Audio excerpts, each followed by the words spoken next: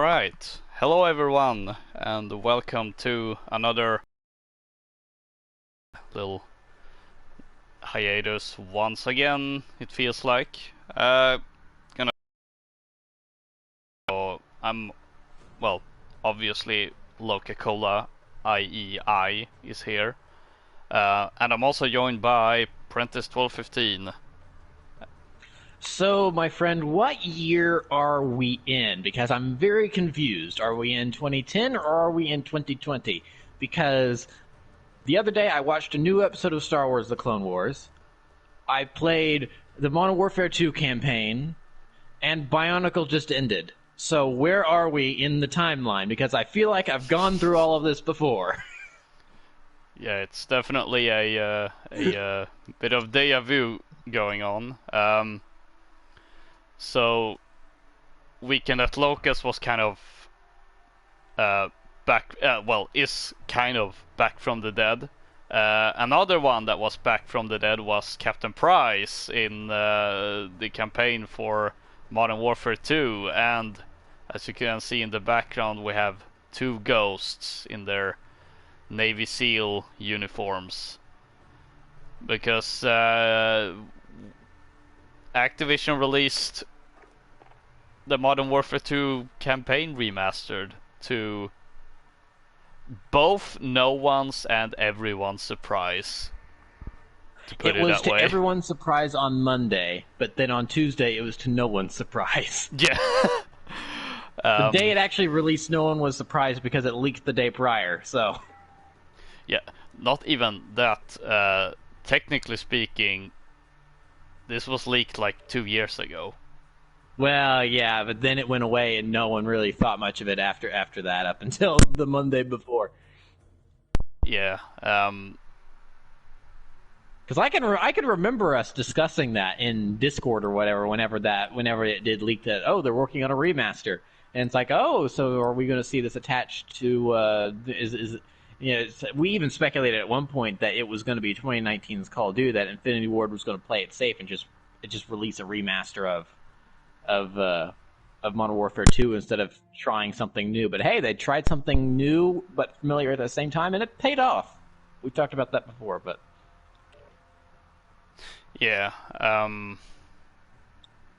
Yeah, we had a lengthy stream just talking about this game.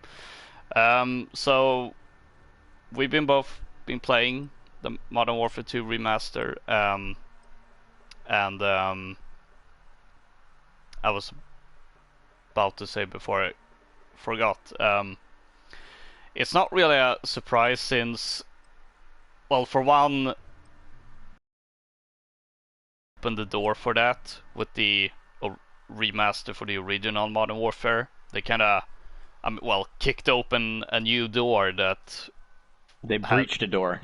Yeah, that's way more fitting. Breached a door that was closed. Couple that with the fact that while COD 4 was kind of the game that threw the series and the franchise into the mainstream, Modern Warfare 2 was the definite COD game at its time, because that was, I would argue, anyone would probably argue that that was when COD was at its height. And also coupling that with the fact that Activision has been more open with remasters lately, with Spyro and Crash Bandicoot and the fairly recent Crash Bandicoot kart racing game that I can't remember the title of. Nitro Fueled or whatever it's called. Something like that. So the Modern Warfare 2 remaster was not a surprise, and as we've said, it also was leaked right before it released, and also 2 years ago. On Peggy's website, even, which once I saw that, I was like, well, that definitely means it's 100% confirmed. If it shows up on a rating board, then it's happening. Yeah, Um, and of course we've both been playing it. That's why. That's kind of why we're streaming this. Because we can't stream Modern Warfare 2 Remastered multiplayer because that doesn't exist.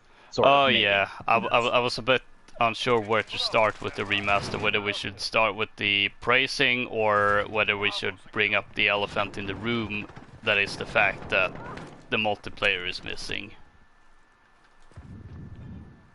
Yeah, I mean, I guess we've segued in there so we can talk about it. So yeah, no multiplayer, which is, I mean, to old fans like you and me, I mean, to a degree, it hurts that when it's like, oh, you mean we're not going to be able to hear that the there's no other word for it, the straight up iconic announcers from that game. I mean, Ubisoft iconic. When you're playing as the Spetsnaz and anything gets called in, that guy is going to be screaming in your ear, "Enemy UAV up ahead! Enemy AC-130 above! The enemy sneezed!" I mean, yeah, any little thing that happens, it's going to be there. He's going to be screaming in your ear, and it's glorious. Oh, sorry. Did I? I should probably push that back just a little bit, shouldn't I? I apologize, headphone listeners. Wait. but hey, that. Oh, now I can hear you. It was my. You killed my mic. Oh no! I'm sorry. I'm sorry. I replicated the Spetsnaz announcer way too much. I was way too authentic. It was too epic for my headset to handle. That's really funny. So yeah. It protected your ears from me. So yeah, so while it's unfortunate that we won't be able to hear those announcers or run around on the classic maps, because every map in that game is iconic. I mean, the whole game is iconic, really. So I mean, that was, you were talking about that Modern Warfare 2 was when it was at its height. That was when Call of Duty was at its height. That's when its map design was also at its best as well. Yeah. I mean, Modern Warfare 2 per capita in terms of maps, it has the best maps it's like every single one of them is like fantastic. Even like, it's like, is there a map in that game that you would say is bad? There's none that really comes to mind. Exactly. Where, let's talk about Black Ops 2, for instance. Honestly, I don't really remember too many of the Black Ops 2 maps. Most of them are just kind of forgettable.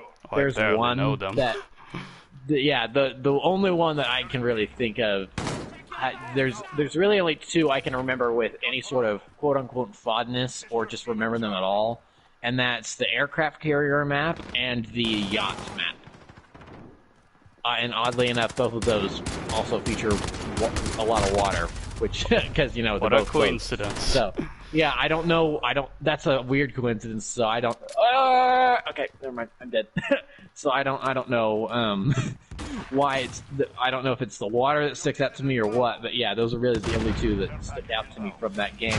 Just, I wasn't, that multiplayer would kind of turn me off to Call of Duty for a long while anyway, so. But Modern Warfare 2's multiplayer maps, I mean, just everything.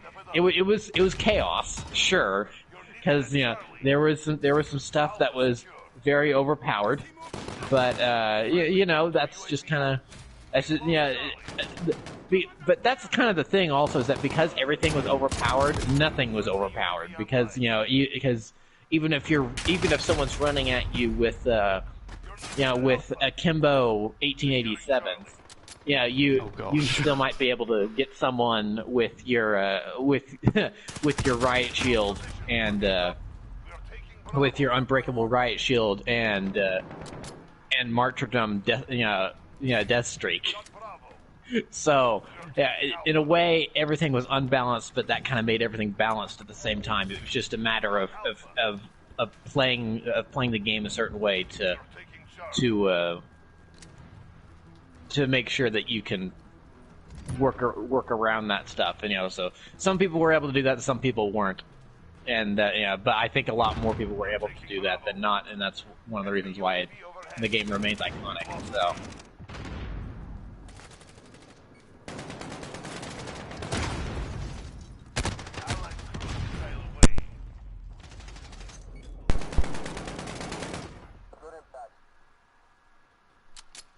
Are they gone? They're gone. Okay. Securing B. We captured Bravo.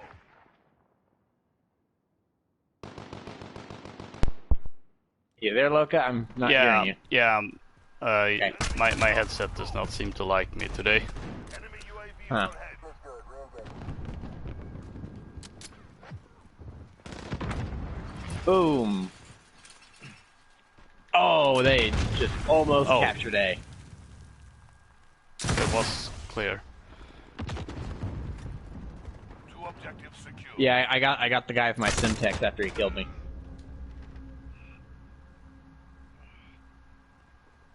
Assist your team at Bravo. Yeah, so the Modern Warfare 2 multiplayer was definitely. Team at Bravo. We've lost B. Oh, he's dead. Enemy cruise missile. As has been established, very iconic, and a really big part of Modern Warfare 2. Ooh, I finally unlocked the crossbow. So seeing that they didn't remaster it, the multiplayer is, Enemy holds two objectives. as we're gonna get into, it's a lot of mixed feelings, because now you would think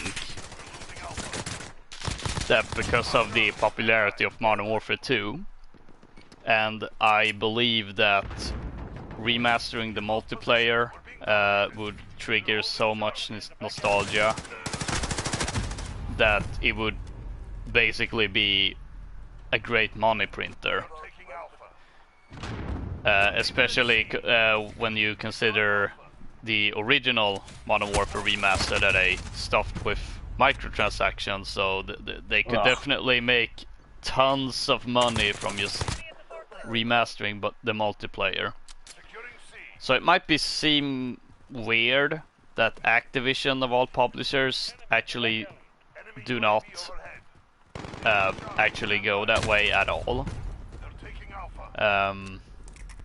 However, it is for a reason, and I will Securing B. agree that it's probably for a good reason as well. We captured Bravo. And the reason is literally this game we're playing right now. At Bravo. Yeah. Because they've said that they don't want to split the player base. Although, one could argue, I suppose, I've seen some arguments about this. One being, well, if you don't want to split the play, the multiplayer of this game, then why did you launch a Battle Royale mode? But that's kind of, I mean, it's literally for this game. Yeah, it's part of this game. I expect better. It's not like all of a sudden after a year plus of being on the market they made Blackout free to play. Yeah. That's another game. That's splitting the player base, and because it's a year-old game at this point. But yeah, it's for this game. So you can point to all of the because they keep saying, hey, we've had this many people play Warzone since it launched. They've been doing that recently, and you can add those numbers towards Modern Warfare because the subtitle underneath Warzone still says Modern Warfare. Yeah. It's still part of this game. So it's not. It's despite what people may think, it's actually not splitting the player base. It's this exact same thing as saying, well, there's this many people playing Team Deathmatch. There's this many people playing Search and Destroy. There's this many people playing Kill Confirmed. Yeah, it's just another mode in the game. Yeah. There's this many people that have not touched any of that and have only played the campaign in Spec Ops, which I think is probably a very small number, but you get what I mean. Yeah. The other argument would be that COD as a, or rather, since COD is a annual franchise, there's a new game every year. One might argue that it's designed to split the player base. Yeah. Yeah. Which, I mean, there's really no arguing there.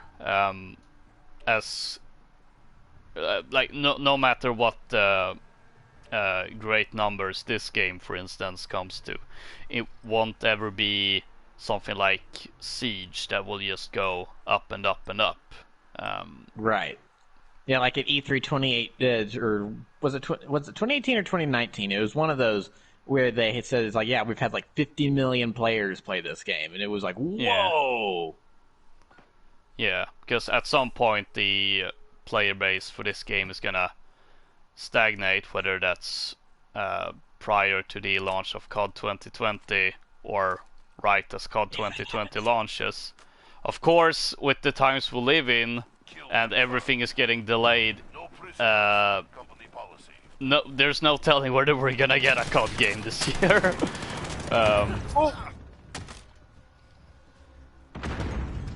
But yeah, so to kind of go back, the whole reasoning is to not split the player base. Instead, they're gonna work to add maps, and I think they said weapons from Modern Warfare 2, and by extension Modern Warfare 3, which we can see with what's coming for Season 3, which is an okay compromise, I'd say, because you add the nostalgic stuff from the older games into this current one.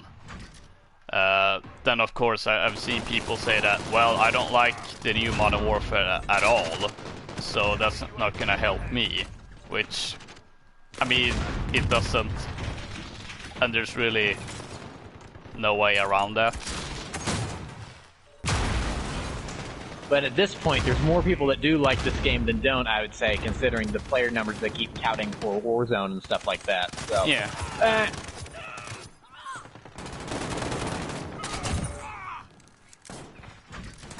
This is a nightmare. I think this is a full 20-person lobby on Vacant. Oh yeah. Well, it's still not as bad as certainly not Vacant. Yeah. And somehow quite it's packed, actually. And somehow it's still not as bad as the April Fool's playlist, which I kind of wish they would actually keep, just for the insanity of it. 10v10 on shipment. Ugh. That was something. So those have been kind of the arguments as to why they're not remastering the multiplayer. And as I've said, I think it's for a good enough reason to where I'll buy it. But at the same time, it's kinda disappointing to a degree, which, I mean, with such an iconic multiplayer, coupled with the fact that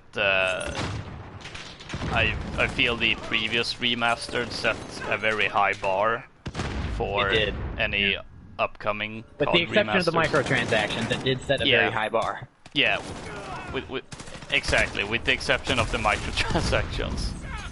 But everything, like the first month, it was like, oh, this is literally just COD 4, but with a fresh coat of paint. This is awesome. But with the, there were a couple little things that were little quality of life things, like, oh, this is what it would look like if it were launched today, like the updated menu system and stuff like that for the lobbies for multiplayer. But for the most part, yeah, it was like, oh, this is exactly like it was back in the day. That's cool. It's cool to kind of get to relive this. And then in December of 2016, it's like, here's the microtransactions. Yeah. Like, yep, this is what it would look like if it were released today. So it's a little bit of a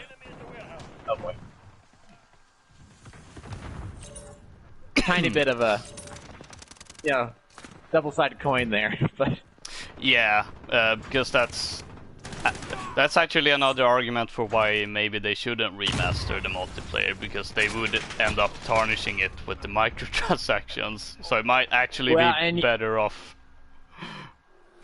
And that is a question about what they would do with that, because I don't think that they could very well go back to doing that type of monetization system. That is Modern true. Warfare 20, when this one has made a bunch of good moves in terms of monetization, and it's like, hey, anything you can buy with real money is just cosmetics, and there's not, and if we release weapons, then you're going to be able to earn them through challenges and stuff. You'll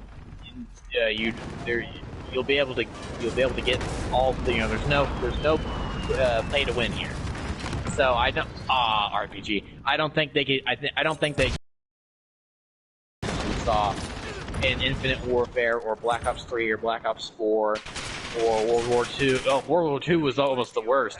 Defender or Modern Warfare Remastered. Yeah, I don't think they'd be able to get away with that. I think it would turn that good PR they would get from including the multiplayer into bad PR, because there was a little bit of that with COD 4 Remastered, but it kind of subsided because it wasn't great, but it wasn't horrendous either. So it kind of went away after a while, but I don't think they'd be able to get away with that now for sure. Yeah, they would definitely, at the very least, considering the directions they've taken with this game, which seems to be how they're gonna go forward with with a focus on a battle pass and an in-game store like this, where you purchase COD points and then purchase different packs. I think it's safe to say that Black Ops Rebooted is probably gonna work on a very similar system, if not exactly the same. And it'd be better for it. Yeah. So with a Modern Warfare 2 multiplayer remaster, they wouldn't be able to go back to the loot boxes, which does beg the question on what other type of monetization could they actually get away with. And because because if Activision can't monetize it, I'm not sure what their incentive is to release the multiplayer other than good PR. I mean, unless they wanted to charge an extra $10 for it instead of just patching it in for the people that already bought it. Yeah, and that's the only form of monetization it takes, which is like, okay, cool, that's an extra $10. But I think a lot of people would be upset. Like, if they were asking me to, even I adore the Modern Warfare 2 multiplayer, but if they say, hey, we're releasing the Modern Warfare 2 multiplayer to go with this remaster, it's going to cost you an extra $10 though. It's going to be it's going to be an add-on, and then for people that haven't bought the remastered campaign yet, it's going to, and let's say for argument's sake as well that it also comes with Spec Ops.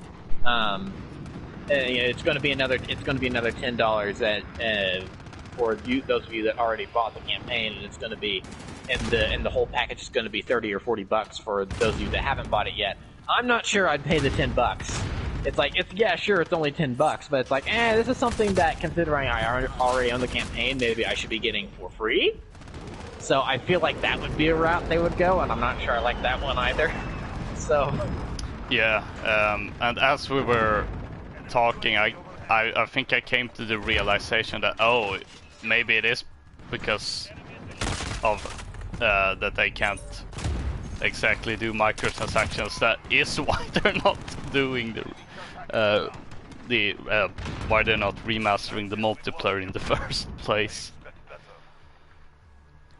Although leaks are saying that,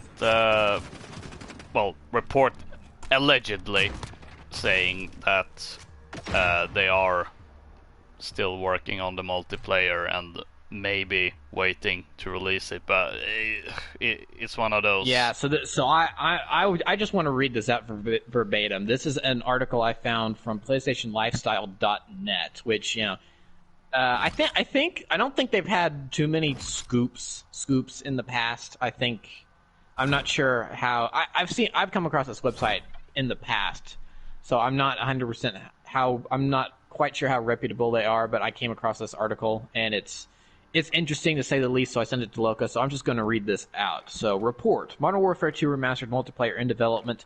4 new Modern Warfare games planned. So this is, as I said, this is an article on PlayStationLifestyle.net from Zarminan Khan. That's the author of this. So, it reads, despite Activision's recent statement explaining the lack of Call of Duty Modern Warfare 2 Remastered's multiplayer, a report has emerged that the component is in fact in development. The news came from known and reliable Call of Duty insider The Gaming Revolution, who also claimed that his source insisted that Activision is still testing Modern Warfare 2 remastered multiplayer. The Gaming Revolution wrote... Okay, so this isn't even in this isn't even them. They're reporting on another website. Yeah. So The Gaming Revolution wrote, my source is insisting right now that MW2 remastered multiplayer is still in development and is still being tested on. This isn't April Fool's. Because I guess that came out on April Fool's. I think that this was all a test to see the community response, to be honest. I'm a keep it real. I really don't like lies. To say we have no plans whatsoever, when really it's we're unsure, let's see how the campaign goes and we'll make decisions later. I bet when multiplayer eventually drops, they'll be like, yeah, we saw how much the community wanted it, so we got to work. So I'm going to stop right there for a second and go, okay, and this is the part where I'm not really believing it, because this quote says, my source is insisting right now that MW2 Remastered multiplayer is still in development and is still being tested on blah blah blah. Okay, I think this was all a test to see the community response, to be honest. So if Activision themselves cannot realize that releasing the Modern Warfare 2... this is going back to what we were just talking about, that maybe the fact that they can't monetize it more than just like an extra $10 add-on, and that maybe being something to... Hold on. I was right at A, and there was someone taking it. Sorry. And I don't think Activision is a stupid company. I think they're a very greedy company, but that doesn't necessarily mean they're a stupid company. Yeah, so unfortunately.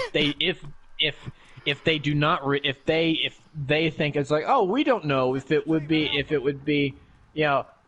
it's the same guy. Well, we don't know if it would be financially a good idea if we don't know if fans would want this. It's like, okay, you'd have to be stupid.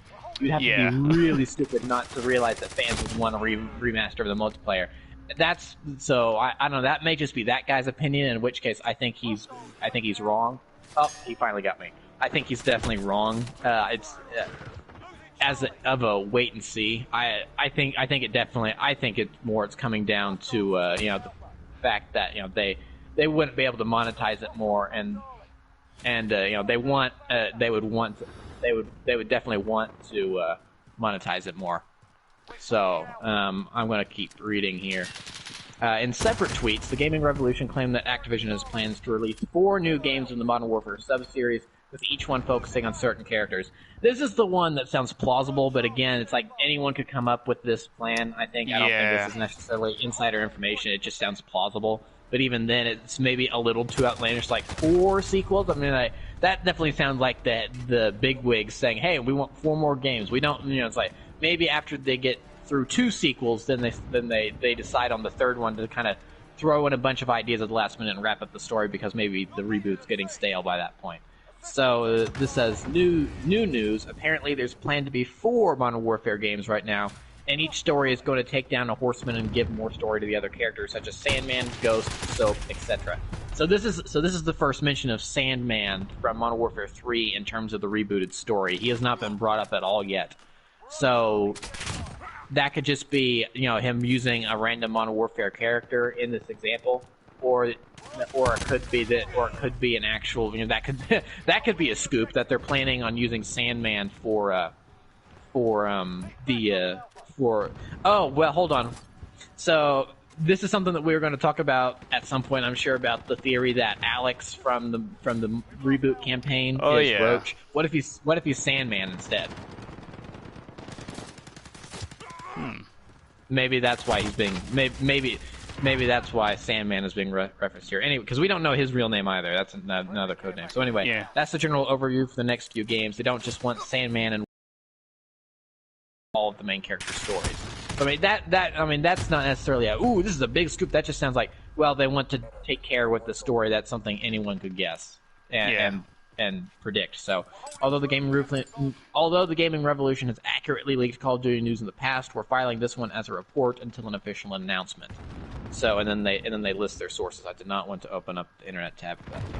So yeah, that's the article as I sent to Loka. So we've kind of been discussing it as I've been reading, but thoughts?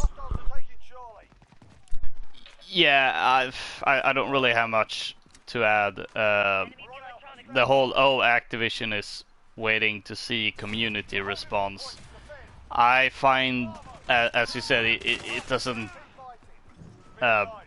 really make sense, and I think if only because they clearly have the sales numbers for the more expensive edition of Infinite Warfare that came with the Modern Warfare Remaster.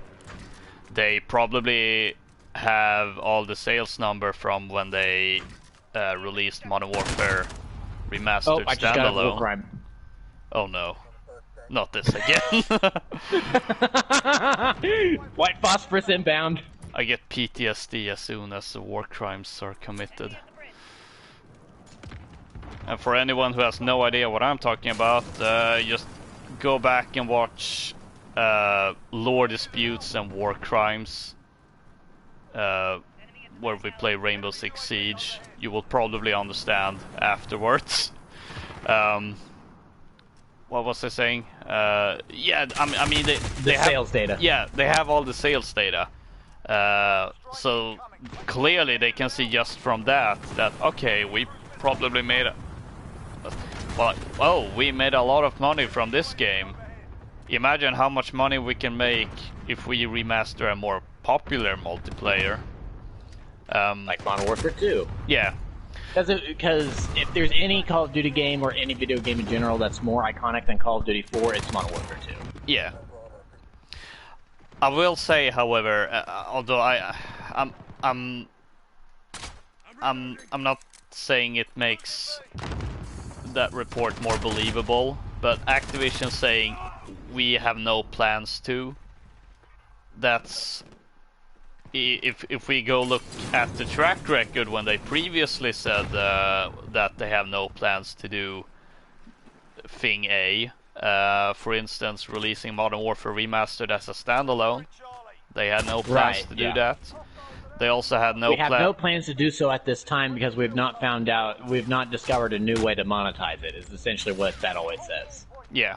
And they also said that they had no plans for a Battle Royale mode for Modern Warfare. Look how that turned up. I mean, it was, and that was obvious from day one, where you start playing Spec Ops and you realize all the maps are, and all the missions are stitched together on one big map. It's like, okay, this is the Battle Royale map. There's no way they wouldn't do that with how popular Battle Royale is in general. Yeah, I feel like saying, oh, we have no plans to, that's kind of the equivalent to saying in response to some journalist, a company saying no comment or we do not comment on rumors. It's they're kind of like CIA in that they can neither confirm nor deny it, because they very well could be working on it, but they have no plans to release it. But it also literally could be that, yeah, we aren't planning this at all. Like, there's no way of saying,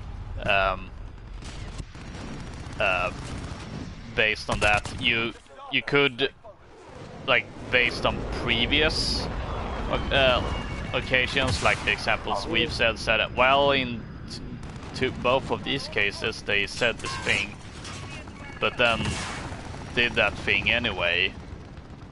so it might land. But we're beating them by sorry to interrupt, but we are beating them by a lot, but they've got all the fancy kill streaks. So what's going on here? This is somehow the weirdest match I played, having that pointed out to me. I guess they got really lucky care package drops. Yeah, that might be the case. Anyway, continue. Sorry. Yeah, I mean, based on previous track record, Activision saying we have no plans to doesn't necessarily mean anything. But I also know of examples where a company has been saying we have no plans to, but people were like, well, this company said the same thing but did it anyway, so maybe this company will do it. And then the company will have to directly say, no, we're literally not going to do that. So, yeah, we just don't know if that's ever gonna happen. We just don't know. Yeah. I'll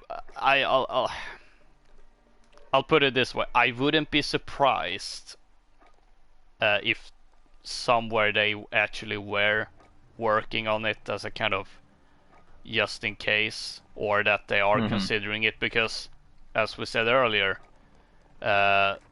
this remaster was leaked in like 2 years ago.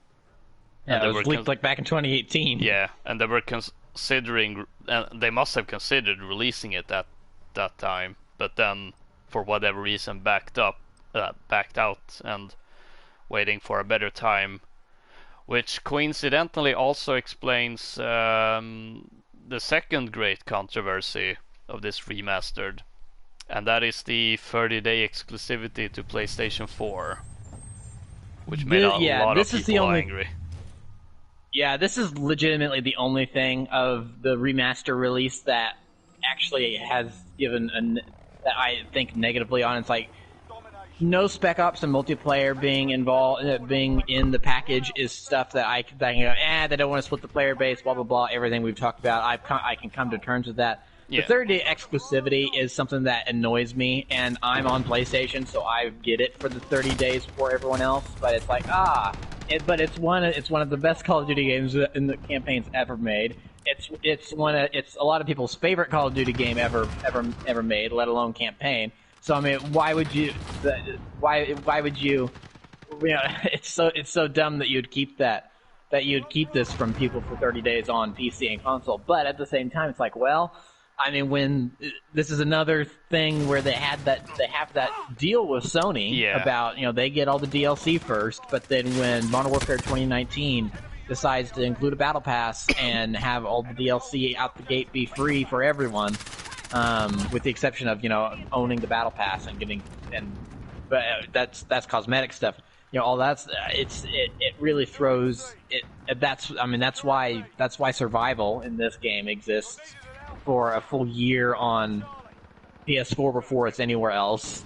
That it's 100% why Modern Warfare 2 Campaign Remastered is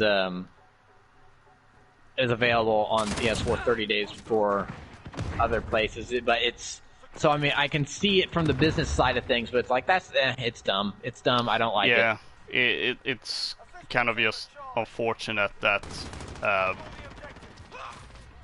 Well, for one, it just really sucks in general, but also that even though it's releasing now, it's still abiding by a deal that was active 2 years ago when this thing was being made. Which, I've deals in these business deals in general for me kind of fall into the same thing as licensing deals, which is just super annoying. Like the Sony Spider-Man deal. Yeah, that's a great example where it would be so much easier if Sony didn't have that deal. We could have had so many better Spider-Man movies by this point, but no, we had to go through. We had to suffer through a Sam Raimi trilogy first.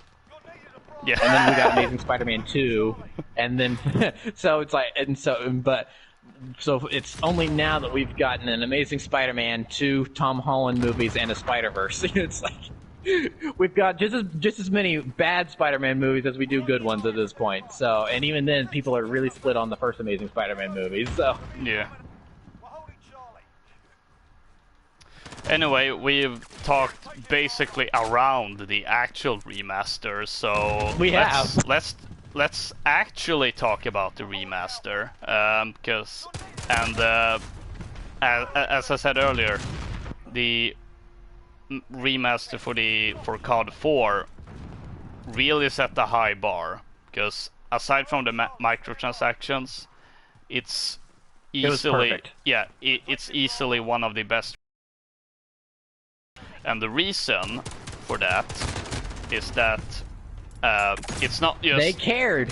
Yeah, they actually really cared about that game, and not just in making the game look a lot prettier, because it basically looked almost as good, if not as good, as Infinite Warfare, which Infinite Warfare, for as much grief as I give that game, it looked really good. Yeah. It was very pretty. So seeing so high production values for that remaster was great.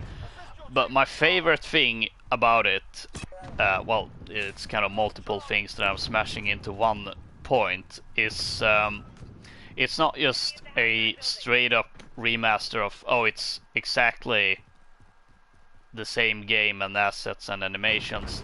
They actually added new ones and new little things, like not big things that make it completely different, but small little things that enhances the game in a way that say Infinity Ward were to make COD 4 today, you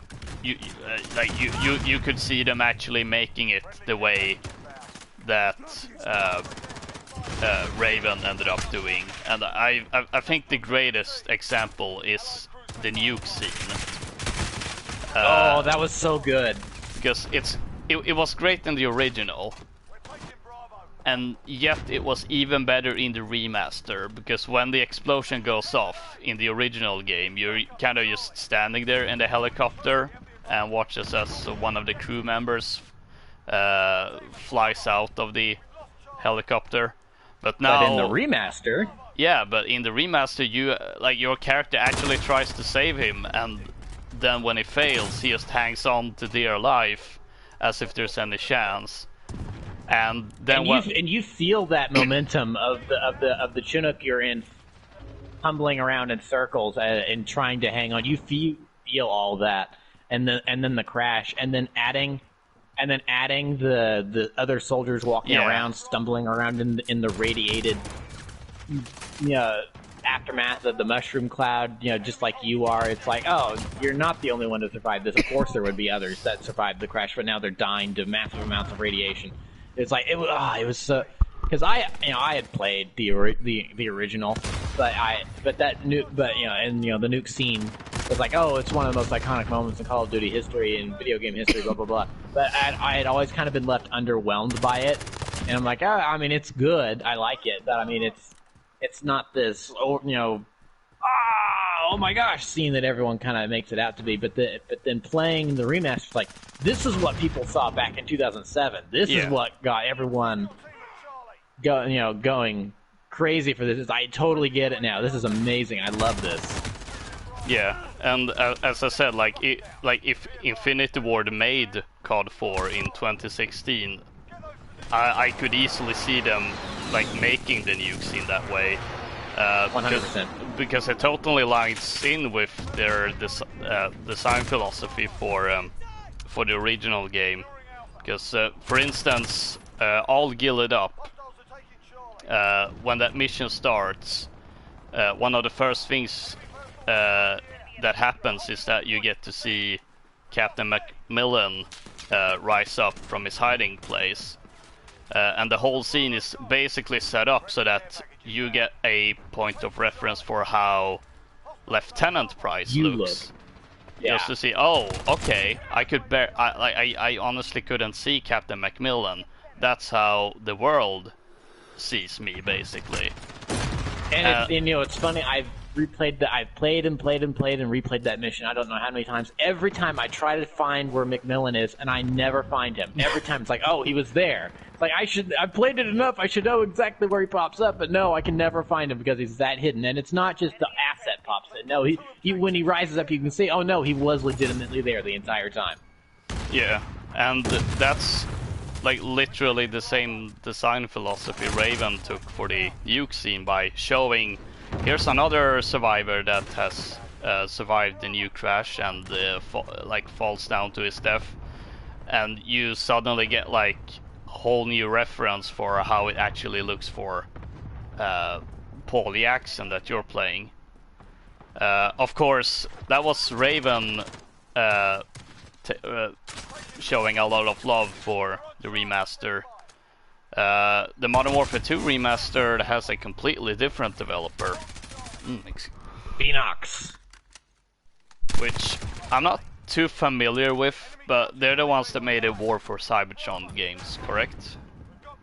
Incorrect. Now they did make a Transformers game. They made Transformers: Revenge of the Fallen the game.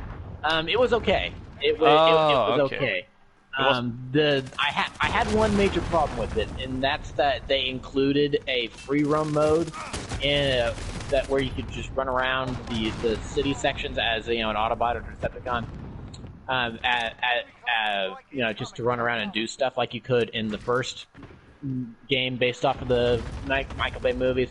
The only problem with that is that when you were running around in the first game, there were people, there were humans on the street. You could if you were playing as a Decepticon, you could destroy buildings and get the cops to chase you, and kind of like GTA where you build up stars. You would build up a threat level against you, and then for each new threat level, the humans would bring out bigger and bigger. So you start out with cop cars chasing you, but then by the end you've got tanks shooting at you and stuff because you're a giant robot and they pulled in the army. And that was really cool. So Beanox included a free roam mode in their game as well, but it was empty. The sandbox was totally devoid. There wasn't even sand in the sandbox. It was just a black tarp. The sand wasn't even there yet. So yeah, you could run around, you could destroy buildings, but there wasn't anyone to fight you. There weren't any humans on the ground to run away in fear of you. It was empty, and that really irked me. That really annoyed me. Even the game looked better because it was the difference between a PS2 game and a PS3 game. And they had a lot of the movie actors on board as well compared to the first game. So I wasn't that big a fan of their game. High Moon Studios is the studio that made the War for Cybertron games, and I feel bad for High Moon because High Moon made two great War for Cybertron games. They made an okay Dark of the Moon game, and then they got saddled with Destiny duty, and now I guess they're just making maps for Call of Duty at this point. They don't. Poor High Moon Studios. There was talent there, you could tell, but oh well. And I think Beanox has also made some bad Spider-Man games in the past too. So So when I read that Beanox was handling the remaster for Modern Warfare 2, I'm like, oh no, really, Beanox? But so you had that reaction. Yeah, but thankfully, they did a great job. I think they probably got some tips from not Respawn, but they got some tips from Raven, and it's like, here's how you properly do this, and they did that. So yeah, that's my little spiel about Beanox. Well, at least I got a developer that actually made Transformers games. I mean, but here's the thing. This is the reason I hate Activision more than EA, is because EA at least has good dev teams and they make their own original games. At this point, the only game Activision has is Call of Duty. They don't make any other original games. They've made a whole bunch of third party IP stuff for years, like Transformers or Spider-Man games, but then they lost those licenses, and now it's like, they don't do Guitar. Did they do Guitar Hero? Is that the one I'm thinking of? Whatever. They are the one. They lost Yeah, they don't have Guitar Hero anymore because Peripherals as a video game battered pretty much dead, and then it's like they're just basically pumping out a new Call of Duty every year and remasters of Crash Bandicoot and Spyro the Dragon, and then maybe we'll get a new Crash, but it's like how Skylanders is dead, so I mean they literally don't really have much original IP, so the talent that's at their studios. Can't do anything, and so you go, oh well, at least I got it right that I picked a developer that made a Transformers game. It's like, well, you didn't. It's not like you had a lot of devs to choose from. You could probably throw a dart at, and you would have.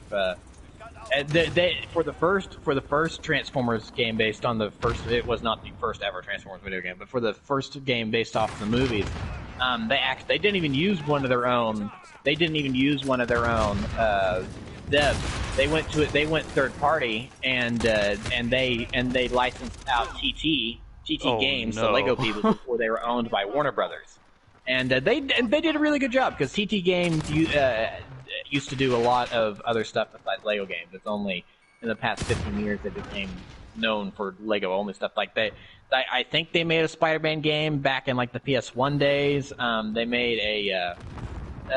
They made a couple Narnia games for the Disney movies. So I mean, the TT Games did a lot of stuff before Lego, and even kind of in the middle of doing Lego too, until it became solely Lego based. But so yeah.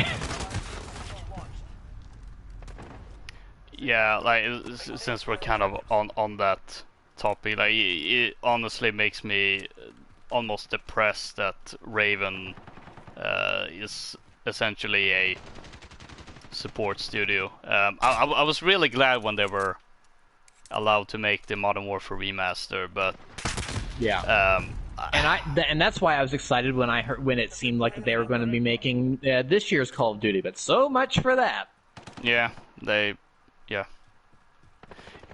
Because granted, the only game I played made by Raven, aside from Modern Warfare Remastered, is Singularity, and that is such a underrated game, and I'm so sad that was Raven's last original game before being turned into a sports studio. So here's the difference between EA and Activision a lot of the time, is that, sure, EA buys a lot of studios, they make them make some kind of maybe mediocre games sometimes and then close them. That's happened to many a studio under EA's tutelage. But what's worse, closing them down and putting them out of their misery, or keeping them on life support and just making them what's worse? Yeah, definitely, essentially tarnishing their reputation. And then there's Neversoft, who actually was merged into Infinity Ward. Yeah, Neversoft is rip in peace, pretty much. Yeah, it's like, aren't they the ones that used to make the Tony Hawk games? Yeah, they were.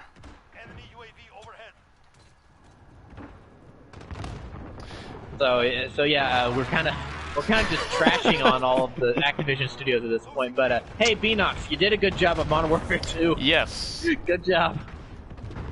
Because I was really darn impressed with this remaster. Oh no. Rip. So yeah, so here's the thing with I was really impressed too, and so I mean I was excited of course, but I was just a little trepidatious. Like I said, I was like, oh no, it's Beanox. I was a little trepidatious, but then I got in and I started playing, and of course I had to purchase it, and then I had to download first because it was 45 gigs, and that took about. And that actually, it didn't take that long, but then because, it's the time of COVID-19 and everyone's stuck at home, my dad was doing work stuff, which meant I could not just turn on the speakers and play. So I had to wait. So it actually got done most of the way, and then I had to pause it because it was sucking all the internet. And then I had to leave it paused for like 6 or 7 hours while my dad did his work and my sister did school. So it was I don't want to wait. Yeah. So finally I did play it, and I was very impressed. I was very happy with the way it turned out. It was great. But yeah, I kind of sat there after it was done. I was like, okay, there are some noticeable improvements here. But honestly, I don't think this is, in terms of a graphical upgrade, is that much of an improvement. And then the next day, so when I finally got to play it, it was like 8 at night, and I stopped at 2 when I threw the knife into Shepard's eye. Spoilers for the campaign, by the way, for a campaign that was first released in 2009. So yeah, oh no, spoilers! So I just marathoned it. I went all the way through.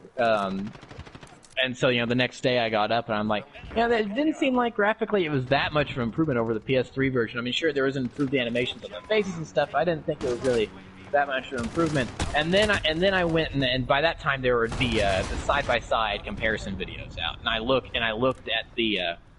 looked at the comparisons, and I had my first oh my gosh moment where some people will say that they play a remaster of a game that's come out that they played back when they were 10 years old or whatever, and and it looks now what they thought it looked like back then. That's me with Modern Warfare 2. I looked at the comparison, and it totally was. I thought this is how it looked back then. Holy cow! Oh my gosh, this is not how it looked back then. The big thing was cliffhanger. When you're climbing up the ice, and and all of that, I really thought I remembered what that looked like, but no, my brain had HD'd that scene, so to speak, and it did not look that way at all. It actually the 360 and PS3 version of that game does not look as good as you think it does, as you remember it. But the remaster really does make it look like the way you think you remember it. So it was a big whoa. This game actually is really gorgeous. Yeah, I had that initial impression before actually playing it, because I mean, like, for comparison's sake, COD 4. I mean, it looked great at its time, and but it aged. By the time the remaster came out, it had aged so much that it was a very obvious graphical improvement when the first moment you boot it up. It's like, yeah, this is vastly improved. Yeah, exactly. It looked great for its time, and man, I keep falling to my death for whatever reason today. It looked great for its time, but it's kind of aged. Whereas Modern Warfare 2 looked great for its time, and I would. It still looks okay today. Yeah, it still looks really good, and weirdly enough, also I would say it was the best looking COD up until Advanced Warfare, because things didn't really improve graphically after Modern Warfare 2.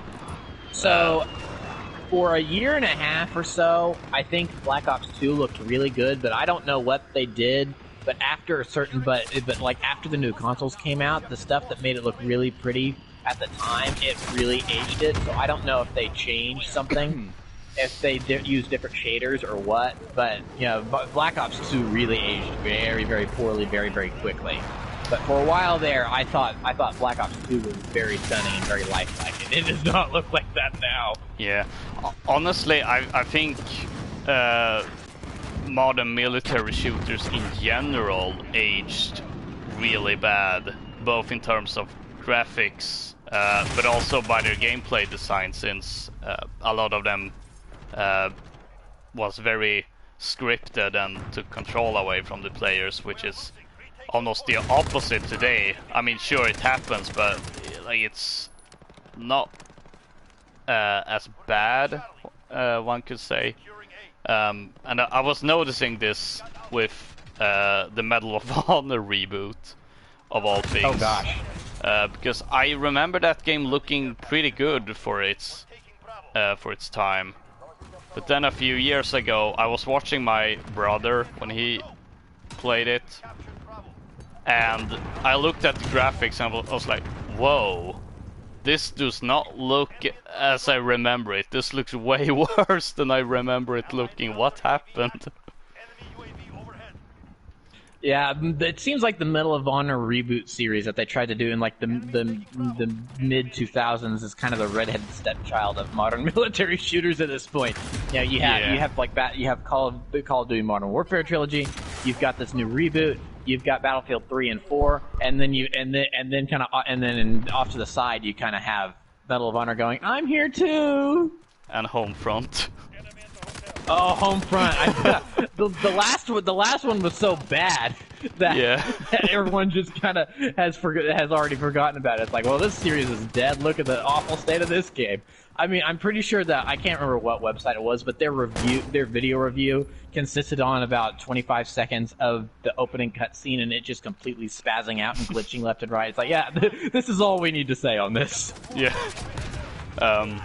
Rip Homefront: The Revolution. Oh yeah. And I was honestly surprised that game was made, since I don't remember there being a lot of good talk about the first one either. Like, yeah, this game of all things is getting a sequel. Yeah. Anyway, going back to Modern Warfare 2, I kind of had that initial, how much could they really improve? The game still looks great, but then when I started playing it, because I got to play the game. Oh, nice. Since I did my rerun of the original Modern Warfare trilogy right before the release of the reboot, the one I had it very fresh in my mind as well. So when I did, and it wasn't even at first when I started playing the remaster. It's like, okay, it looks like Modern Warfare 2, but with higher quality textures. I guess that's fine. But then there was that song, but I think it may have been Cliffhanger, but I've already kind of forgotten. There was just the one point where it's like, what? There was a moment. Yeah, we're like, whoa, this actually looks way better than the original game. I think the lighting has a lot to do with that. Yeah, it's probably the lightning. Because there were a couple points though where they deliberately changed the lighting in a scene where it was gorgeous, but it's like, okay, you guys are showing off here. You're showing off, and it's sort of kind of taking away from the moment. Like where Roach is being chased in the favela, and he has to jump to Nikolai's Pavlo. Oh yeah, you remember that? It's like that was just like at high noon in the original game. But then, okay, so it's them showing off, but at the same time, they have also probably been in this favela for hours, and who knows how long they had to torture Rojas to get that information out of them. Yeah. So it actually makes sense that by the time they get to the Pavlo, the sun is setting. But Roach runs and grabs the ladder that's dangling from the Pavlo, and the sun is setting, and you start to fly out over the Rio de Janeiro Bay, and it's and it's like, oh, this is gorgeous, but this is totally different from the original version, because now the sun's setting and it wasn't in the original version. It's kind of taking away from this moment, but maybe it's just because it was the first time playing that, and it was kind of funny. It's like, you guys are just showing off here with your fancy lighting. Yeah. As I said for the COD 4 remaster, the reason why I love it is because of added animations and just little things where you can like basically modernizing the game. And as you said, it seems Beanox took quite a few cues from Raven's work and applied that same design philosophy when it came to Modern Warfare 2. Maybe not to the same extent. I think something that's a big compliment to them is that if you showed the game to someone that didn't know that there were two different dev teams, I'm not sure they would realize there were two different dev teams. Yeah, probably. The reason, and to a degree, that's true, because the original games were both made by Infinity Ward. So yeah, and the reason why I'm saying it might not be to the same degree in the Modern Warfare 2 remastered, it's simply because that game, like the original game, just had more unique animations compared to COD 4, where it was very, for the most part, you really you were in the control of your character, and occasionally it would have something where it took control out of you, but it wouldn't always have a animation of sorts, which like typing at keyboards. Yeah, which That's always been the big one for me, is the end of Call of Duty 4, where you have to put in the launch code to divert the nuke, and it's just soap staring at the keyboard, and you see the progress bar, but visually there's not really anything happening other than that. And then in the remaster, him actually typing at the keyboard to put in the deactivation codes for the nukes, it's like, oh, this is really adding to the tension, because you can see his fingers scramble over the keys, and then he punches the button. And a similar thing happens at the end of the Modern Warfare 2 campaign. It's like, hey, they put in the typing animation. That's great. Yeah, so I feel like those added things were a little bit more noticeable in COD 4 Remastered, simply because the original game didn't really have that many moments, whereas Modern Warfare 2 had quite a few of those. But there were a few ones that I really appreciated. One of my favorite ones was actually the first mission after the tutorial. Because in the original, I always thought it strange. That Private Allen just wakes up randomly. And it's like an anime. Sorry, buddy, you've got amnesia. Yeah, and I think it's safe to say that there's some cut content for the opening of that mission, because the original game didn't even have the opening title card that every other mission starts with. That did it not? Yeah, I'm pretty sure it didn't for that mission. Huh. It didn't say the name of the mission, what time it was, what character you were playing. You kind of just woke up. But they added that in for this one, and it was like, oh, it makes sense. Your Jeep crashes, makes sense. Yeah, and then they actually added you sitting in a Jeep that crashes. That actually made me go, whoa, that's a really great addition, because it makes the opening less jarring, because it kind of goes from that briefing to just right in the middle of combat, where it actually makes for a cooler introduction of Shepard too, because because the first time you see him, he's just looming over you at the pit as you're about to go through. But now your Jeep crashes, things are blowing up, there's RPGs going off, you're concussed, you're regaining your senses, and then Shepard just kind of walks over you, and he's reloading his Magnum, and he goes, "Get up, Alan! Rangers lead the way!" And then he gives you a hand and helps you up, and then you join the fray. It's a little better than just kind of waking up with him already looming over you. Yeah.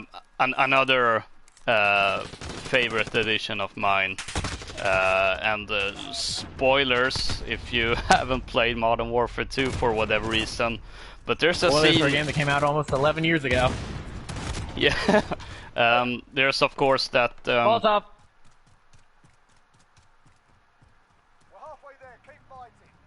Sorry.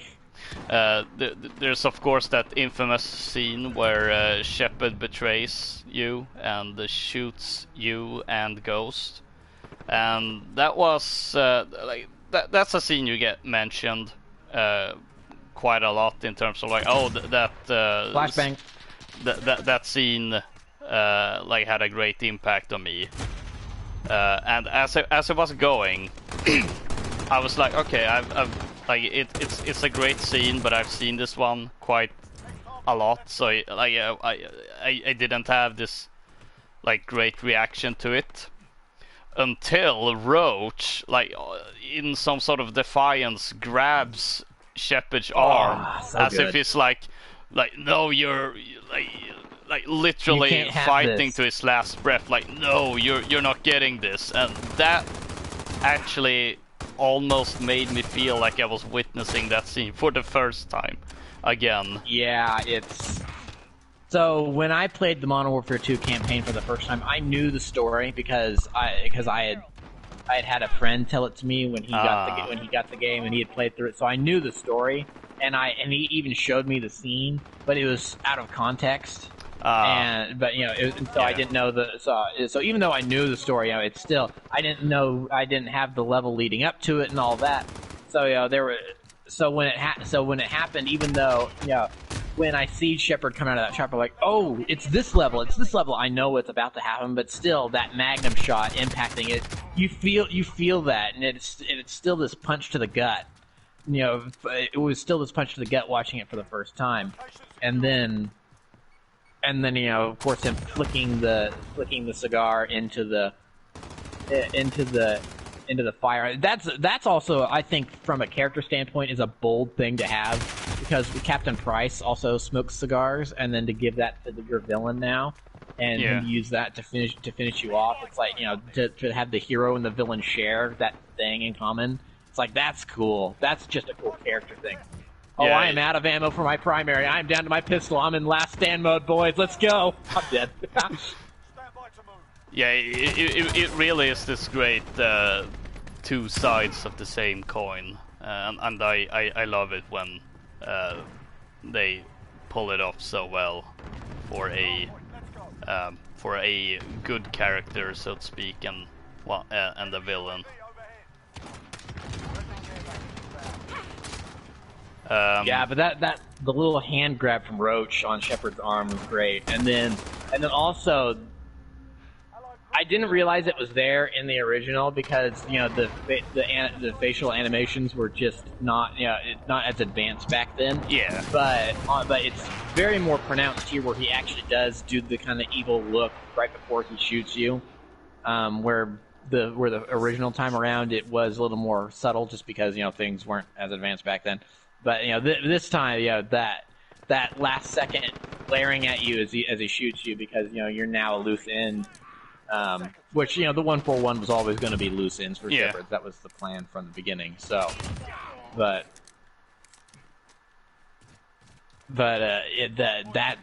adds. I think that adds a little bit more to it, because because it doesn't come out of nowhere for Rogue. She has kind of a second to go. Wait, why is it glaring at me? Oh no, I've been shot. Yeah. Of course, that's like those two additions are definitely among my favorites that I have added.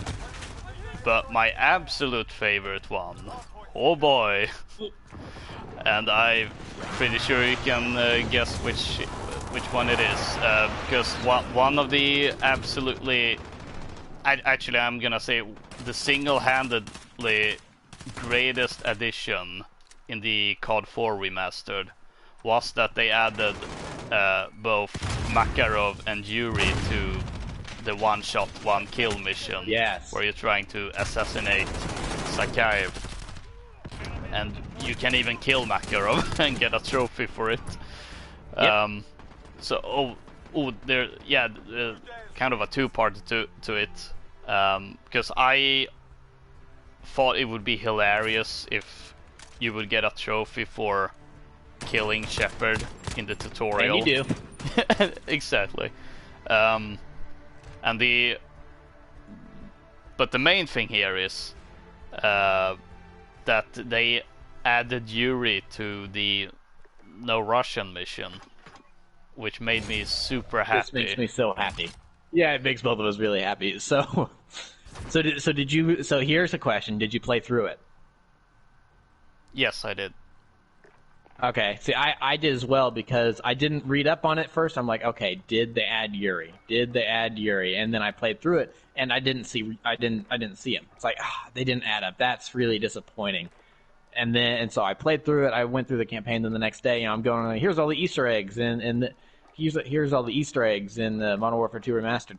Turns out you have to in order to see Yuri, you have to get to the first checkpoint up the stairs. You have to be completely up the stairs and at the bookstore. And at the bookstore to reach the checkpoint, and then Yuri spawns in, and then you can go back and see him stumble in. Which is, I guess, maybe I just turned around too soon, but because when you have that flashback in Modern Warfare 3, and you're going through and you're stumbling after and trying to chase after them and stop them from committing this massacre, and you start to go up and then you get to about the metal detector, and then he falls over. Yeah. But you can see them running up the escalator and the stairs.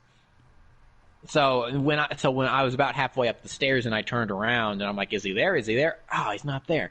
And then I just continued to kind of back up until I got to the top of the stairs, and I'm like, they didn't add him in, so I turned around and I kept going, and then I reached the checkpoint, and then he spawned in and he was doing his stuff behind me, but I didn't realize it. So I'm gonna have to go back and play it again to see that. Yeah, I kind of had the opposite experience almost, because I saw someone on Reddit posting like, "Oh, Yuri isn't in the game," apparently, which made me disappointed at first. But then I actually saw that no, he is actually in the game. You just have to. Oh, boy. Whoa!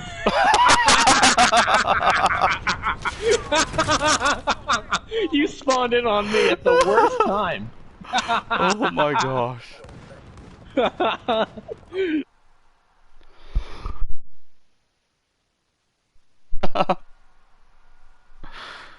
Oh.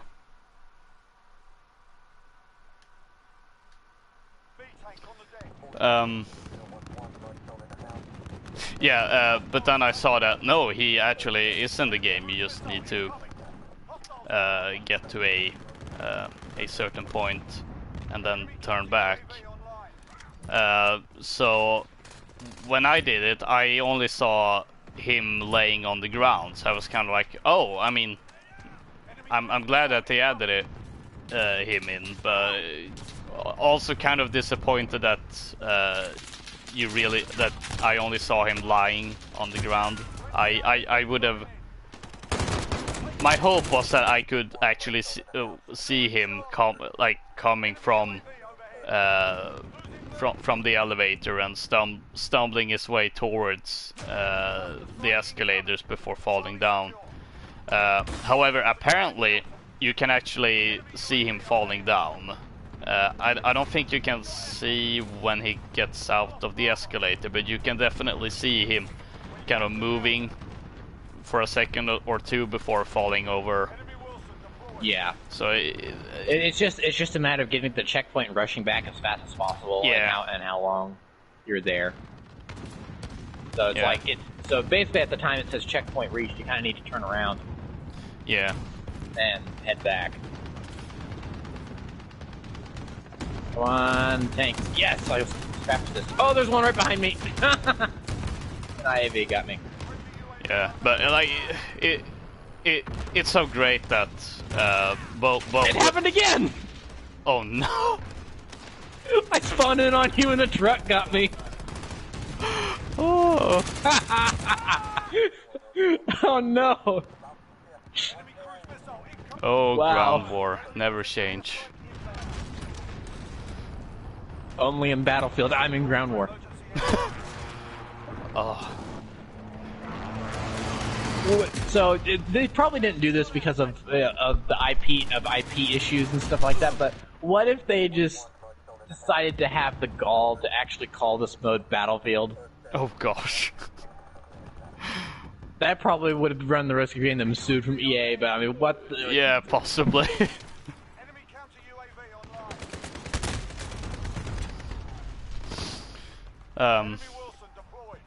Yeah, I'm just happy to see them like actually like adding Yuri and Makarov into the original into the remasters, because it creates continuity.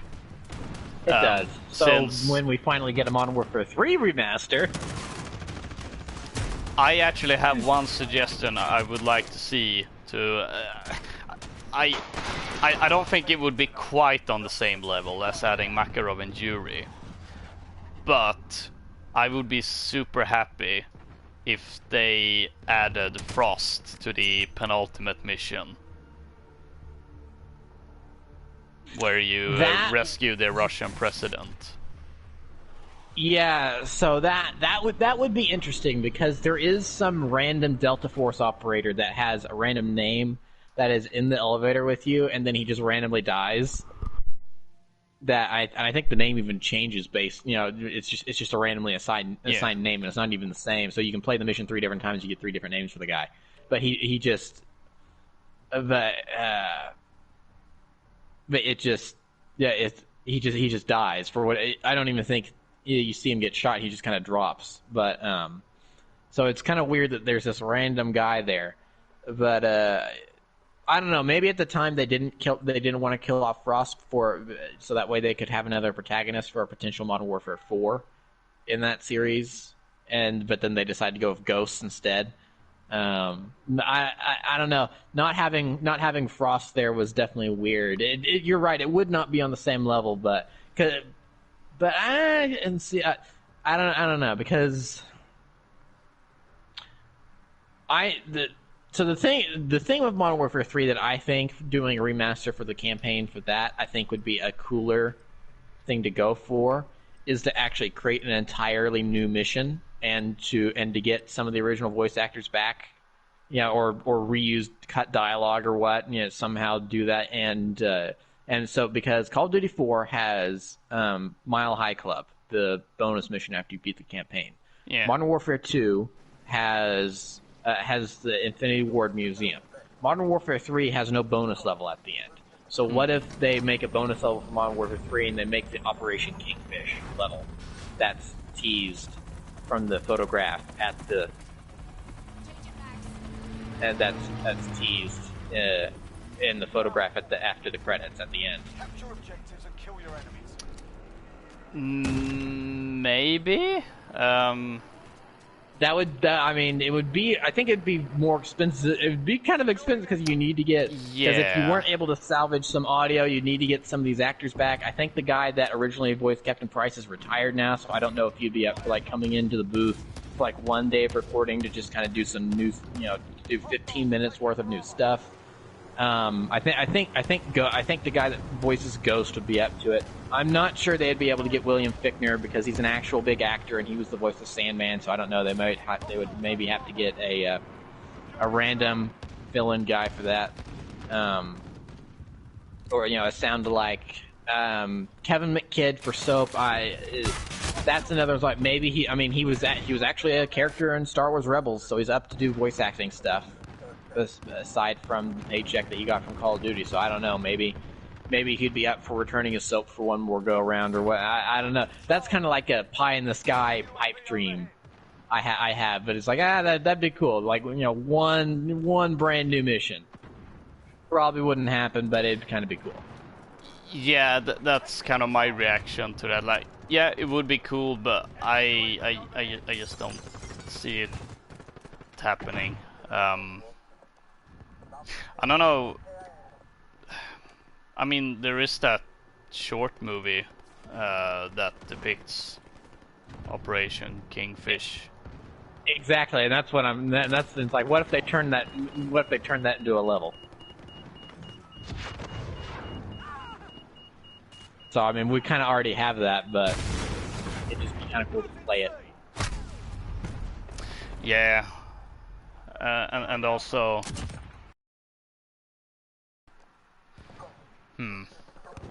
Yeah, that would. I don't really see. As neat as it would be, I just don't see it happening because of those reasons that you said, but also because it kind of goes beyond the whole remastering aspect. That's essentially. Why does this happen every time? I capture C and then I start to move away and then there's people in C again.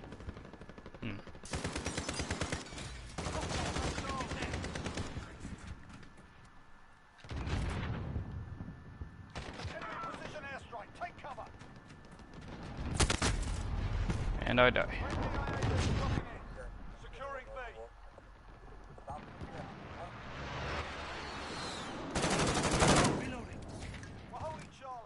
There. Oh. See if we can keep it this time. Oh, hey, we just got a DEF CON. Maybe. Looks like they're about to get E, though.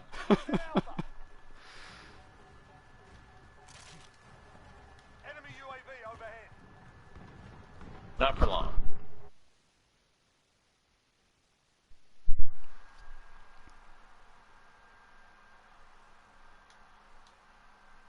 They're on Oh, that boy. building at B. Surprise, surprise. Oh, what a surprise. Bastion got play of the game. There's a deep cut at this point. Oh gosh, that's an old one. So I guess sort of in conclusion, since I can't really think of anything else to add, but Modern Warfare 2 Campaign Remastered is great. And it's really good. I mean, it's not like we could really talk. Oh, here, we need to talk about the story and all, and all the twists and turns, and dissect the characters. Because again, this is a game that's been out since 2009. It's just, we've got new textures and stuff. Yeah. And we don't want to. Again, we've been talking some spoilers, but we don't want to spoil all the new additions and stuff. I think the only other thing to say regarding it now is the fact that they did put in cheats, which is cool. Oh yeah, I almost forgot about that, because that's something the original game didn't have, but it was something COD 4 had, but I suppose they dropped it for subsequent games. Yeah, because that's a conversation that I've heard devs talk about. Oh, there's a guy watching stairs at B. I've heard devs talk about is that it's hard to do cheats because of how games are made nowadays and how much cheats change your game. Yeah. So it's actually kind of hard. So it's like back in the day, you can play Ratchet and Clank the whole way through with big head mode, no problem. But it's kind of hard. It's kind of hard to do that with let's say Uncharted or Oh gosh. I don't know what's or another The Last of Us with big head mode. One of these great big AAA games it's kind of hard. It's harder to do it because the games are bigger now. They're more complex. And you run the risk of the graphics engine breaking and the game crashing if you do stuff like that, which is why you don't see that stuff anymore, as unfortunate as it is, but it totally makes sense. So for them so that's why Modern Warfare 2 didn't have the cheats. So you basically the intel was just there as to get you a trophy / achievement, depending on what console you're playing on. So so to see them add that in, to take the time to make sure all that would work, and to add that in to Modern Warfare 2 Remastered, to add just a little extra to that package since it is just a campaign, I really appreciate that. I think that's really cool. Yeah, and my favorite part of it is actually, like, aside from the kind of cheats you would expect, it also has different challenges, like to basically make the game, well, more challenging. Like, for instance, enemies die only when you headshot them, or the one that I find intriguing, called Green Beret mode, where you start every mission, with a knife, and you can't reload weapons. Which I'm looking at I'm like, ooh, that would actually be interested to, like, it would be interesting to do a playthrough of the campaign with that challenge mode.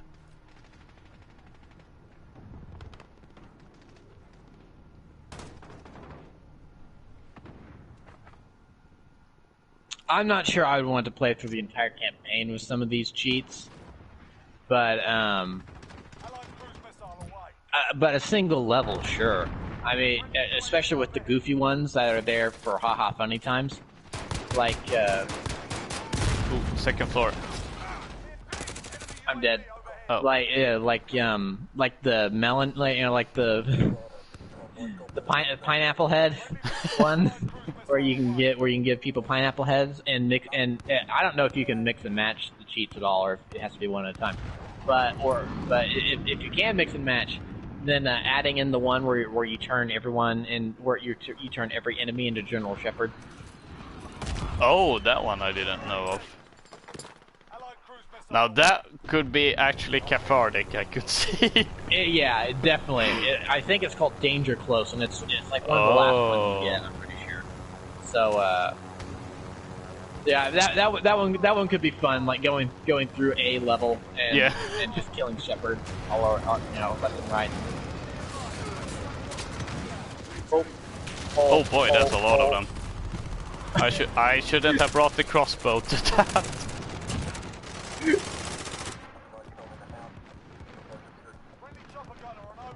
fact, maybe switch to something else.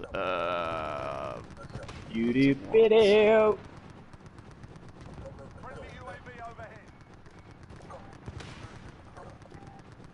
So it is a great remaster. It costs $20 if you live in the US. What? I had to pay closer to $26, but that's the unfortunate reality for me. But yeah, like I would say it's worth $20, even though I definitely understand people believing it's a little bit of a steep price. Price. Oh, I $20, like absolutely, but anything above that is a bit too much. I see, even though, as I said, I paid closer to $26 to it, but economics, I don't know anything about that.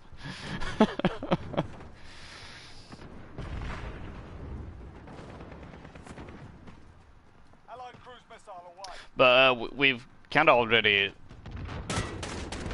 Oh.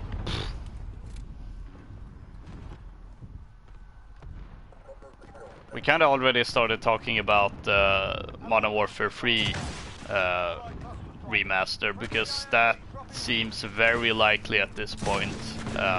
It's the natural conclusion. It'd be weird to make remasters for 1 and 2, but not 3. Yeah, because COD 4 Remastered, of course, was a bit of a special case, considering the state of COD at the time. They knew Infinite Warfare sucked. Yeah, but it really did open the floodgates, I would say, for future remasters.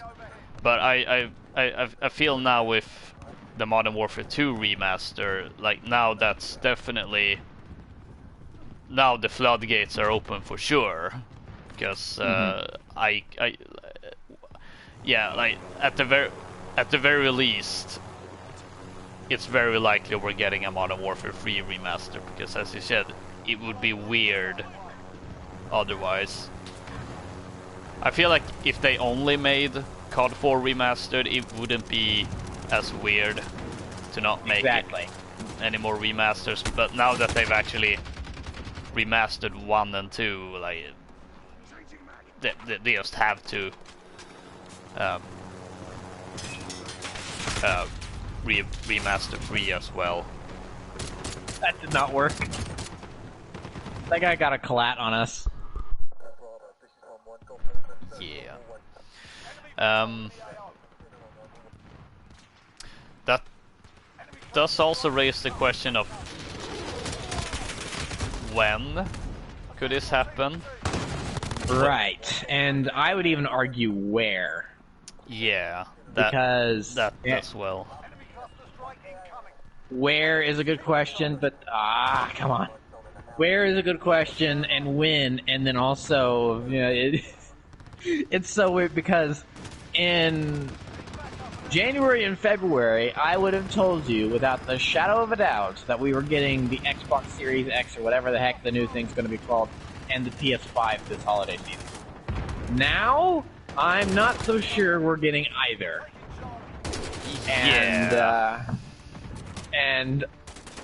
And depending on how the world economy is doing in 6 months or a year, I mean, I don't know, because right now it's the entire thing's kind of in the tank because very few people are working and a lot of people are working from home.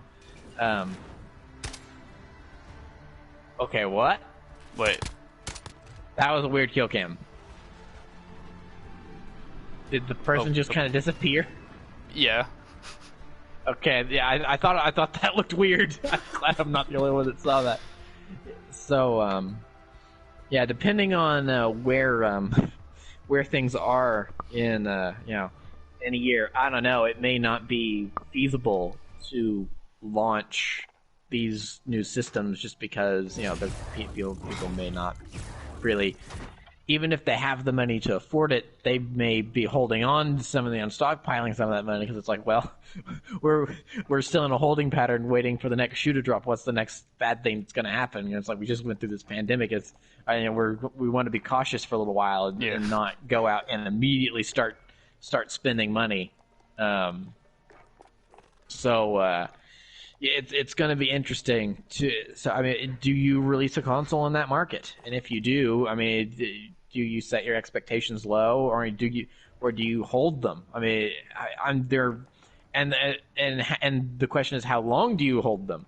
So yeah, like 2-3 weeks ago, Mark Cerny did that great big "Here's how the PS5 works" stream. That was a little baffling to people that don't know what he was talking about in terms of some of the. Yeah, that was me backing out because I was like, Port of Verdansk again? Really? Okay, good. I was worried. I'm like, we're not having internet issues, all right? So good. So so that that whole live stream didn't make much sense to people that don't know what a teraflop is. But if you even know rudimentary, and it's like, it sounds like this thing's going to be pretty powerful. That's cool. But so you've got people working on this console. You've got people that are undoubtedly making games for it. I mean, I'm pretty much of the opinion at this point that that a Ratchet and Clank game is going to be a launch game for it. Yeah. Because that just seems like a good idea. Insomniac has several different teams, so it's one of those. Like it definitely seems feasible. So I could see it happening. Possibly a sequel to Horizon Zero Dawn. I would really love that. So there's this. Is this stuff done, and how long do you keep it in the can? Because we're in an economic environment where no one wants to buy this stuff. So that raises the question about, well, okay, so how long is it before we see a Modern Warfare 3 remaster? And if we do, and again, I'm of the opinion that it's a win, not an if at this point. But when it happens, how long is it? Do they release it this fall? Do they have that one done too? And again, they've been sitting on it, and just no one said anything about that. Is that something that they need to put into development now? But of course, everyone's working from home, so they can't exactly put it into development now. So is it something that's going to launch this time next year?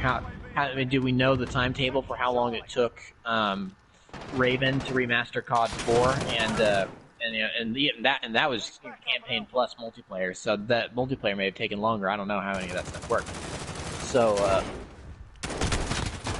hold on.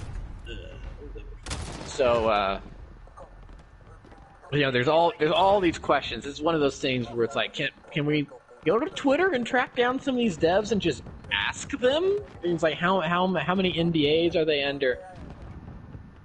How many NDAs are they under?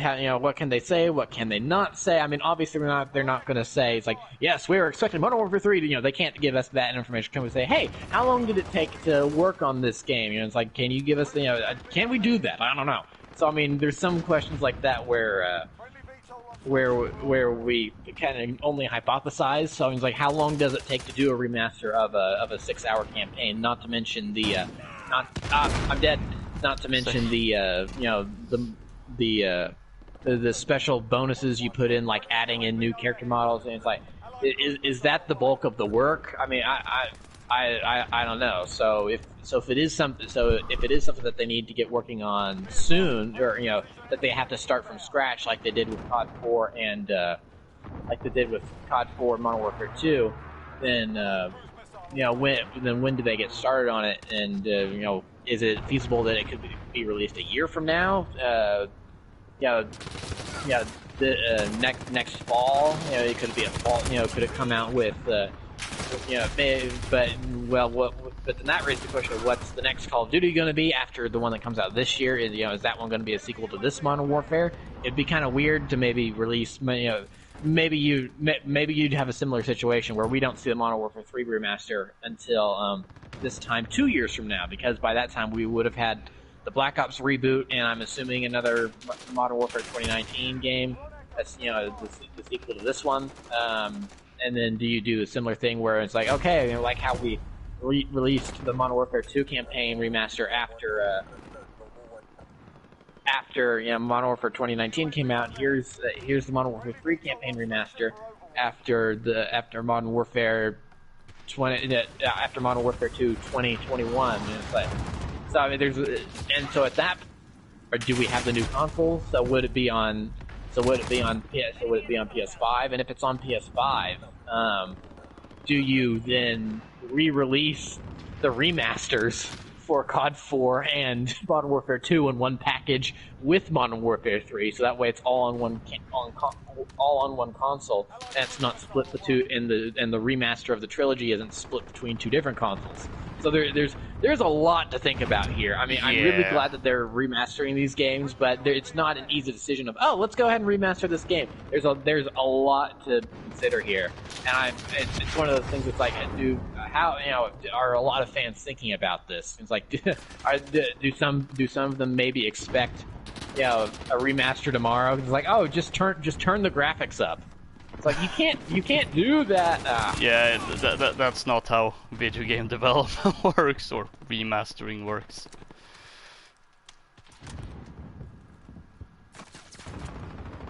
Yeah, initially I was thinking that, well, since they've kind of just been sitting on the Modern Warfare 2 remaster for at least 2 years, then maybe it's possible that they've, like, in the time since, put someone on remastering Modern Warfare 3.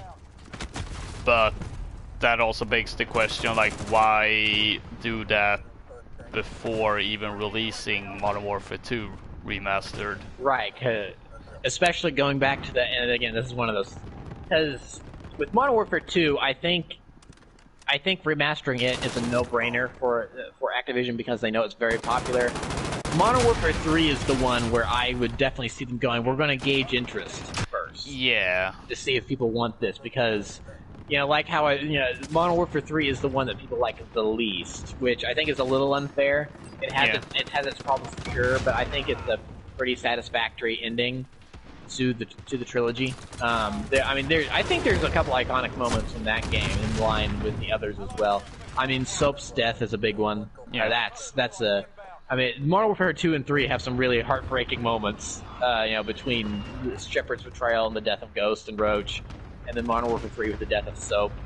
And it ties the whole trilogy together pretty well, because Kamarov comes back very briefly. We see how Makarov and Yuri were involved with Call of Duty 4. So I thought it was a really. I'm flashed. It's a really good wrap up to the trilogy. Ooh, that's it ties things together. It's an RPG. It ties things together pretty well. So it would make sense, because, like, well, you've done the first two games, why not do the third one? But it's like, well, but the third one is the one people like least. So it's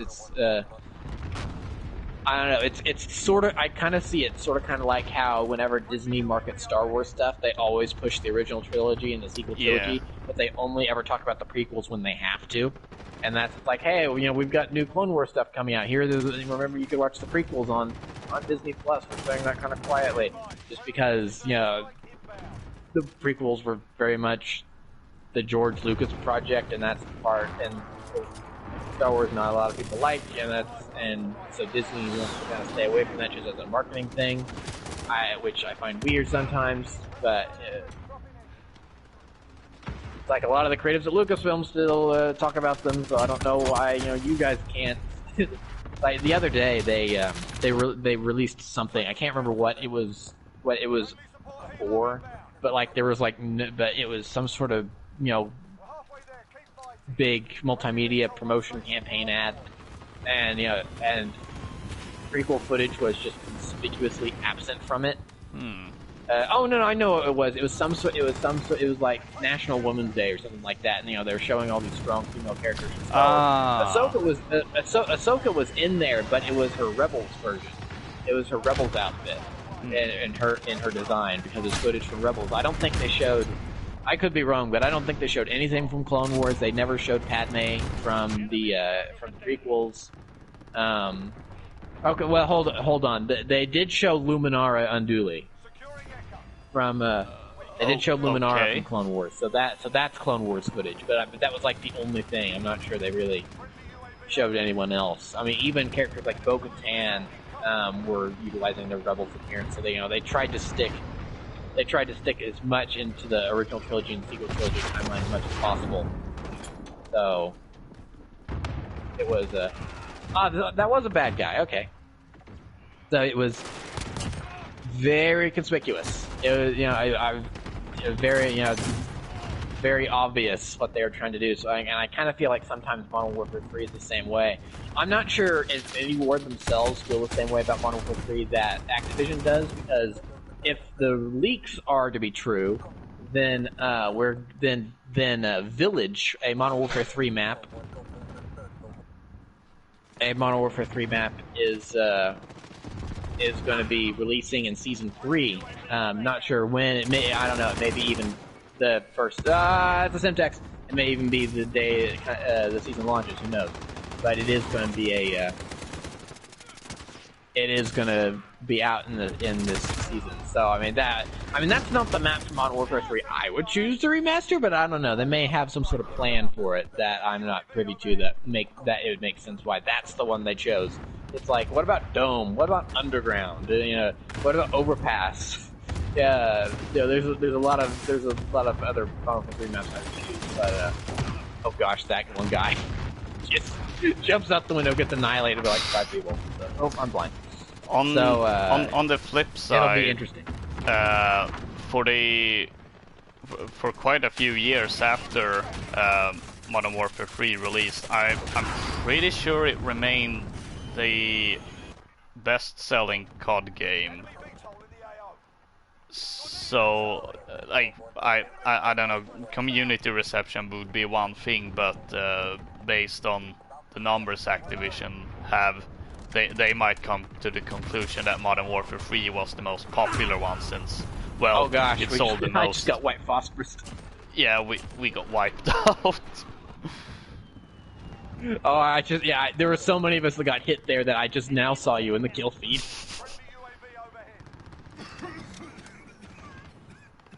There's one guy trying to make a break for it. I burned to death.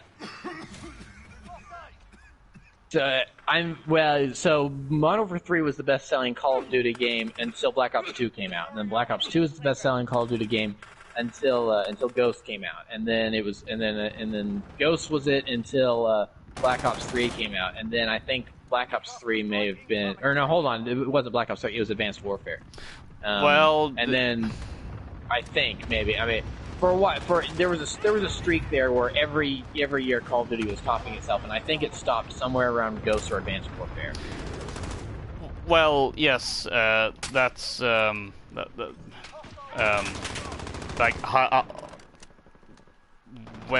it comes to best-selling game overall of the year, yes. But of course, I could be wrong. But I think in total, sale numbers, Modern Warfare 3. I see what you're saying now.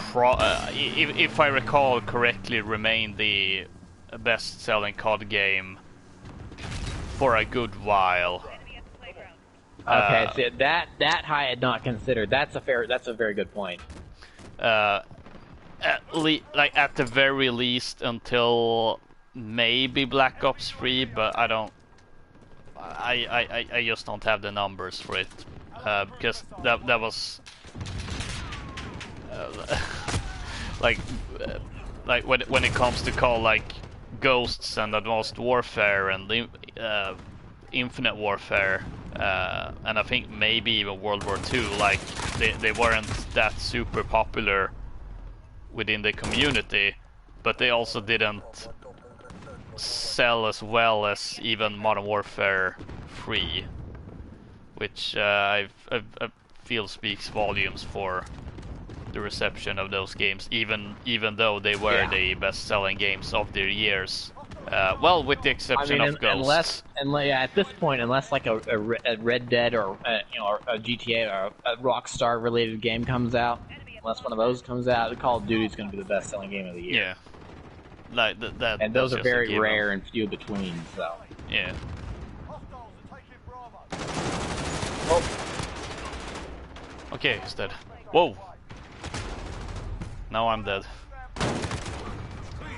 they're doing a last minute push trying to capture these objectives. Yeah.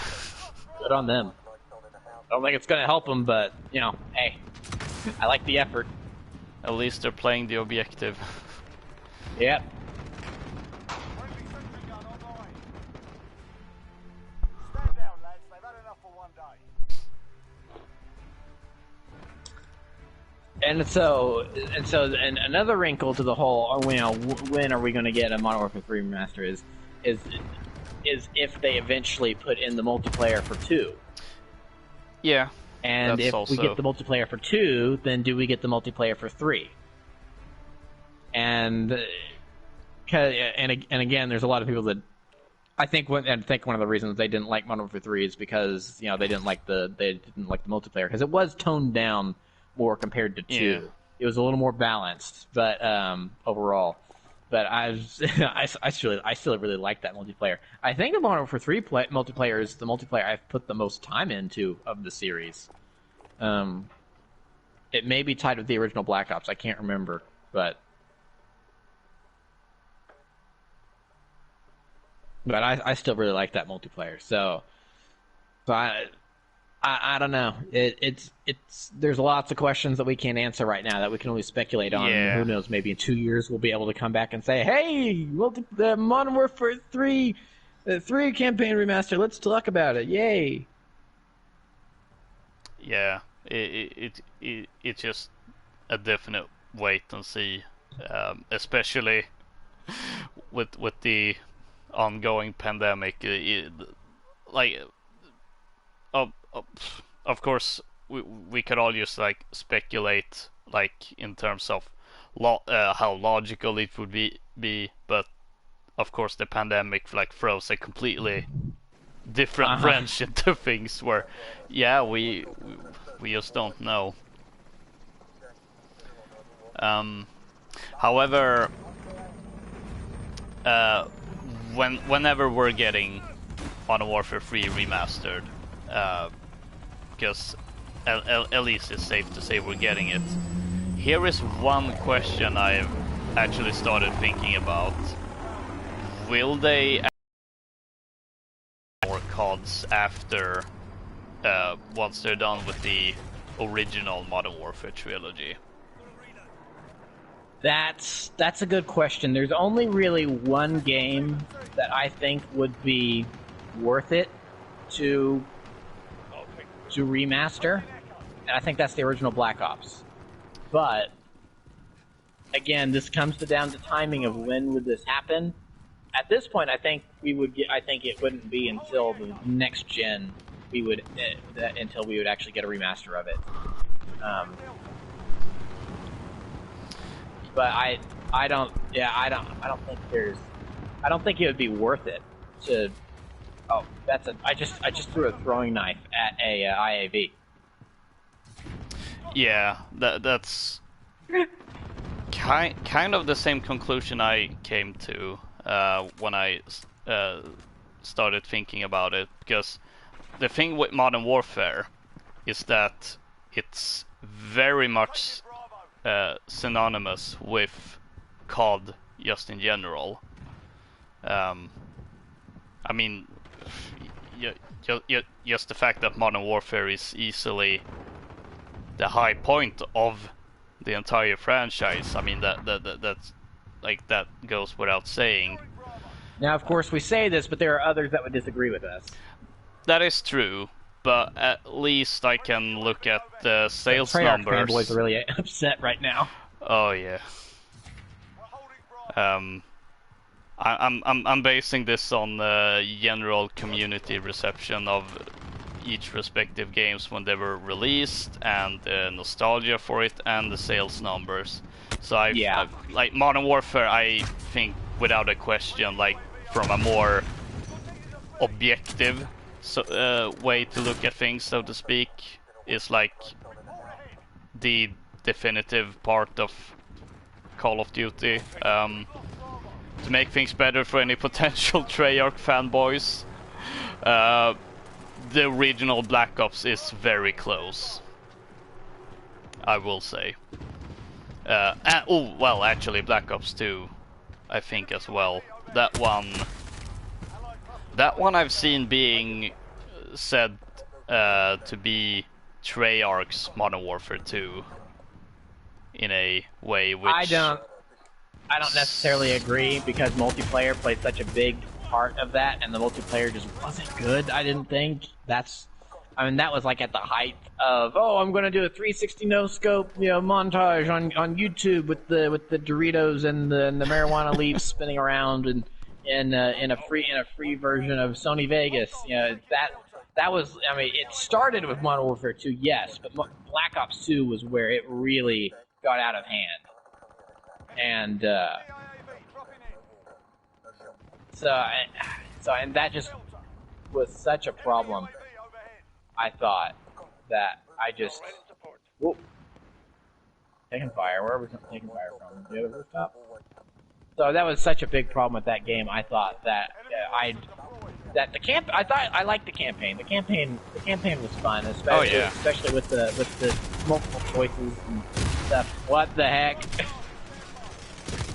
With the choice-based stuff, that was fun, and I liked the different endings. Even though I really only played through the game once, I kind of was like, all right, that's my ending. I'm good with that. But the multiplayer is what killed that game. So I think it would be interesting to remaster the campaign for 2, but Black Ops 1 is really the only one.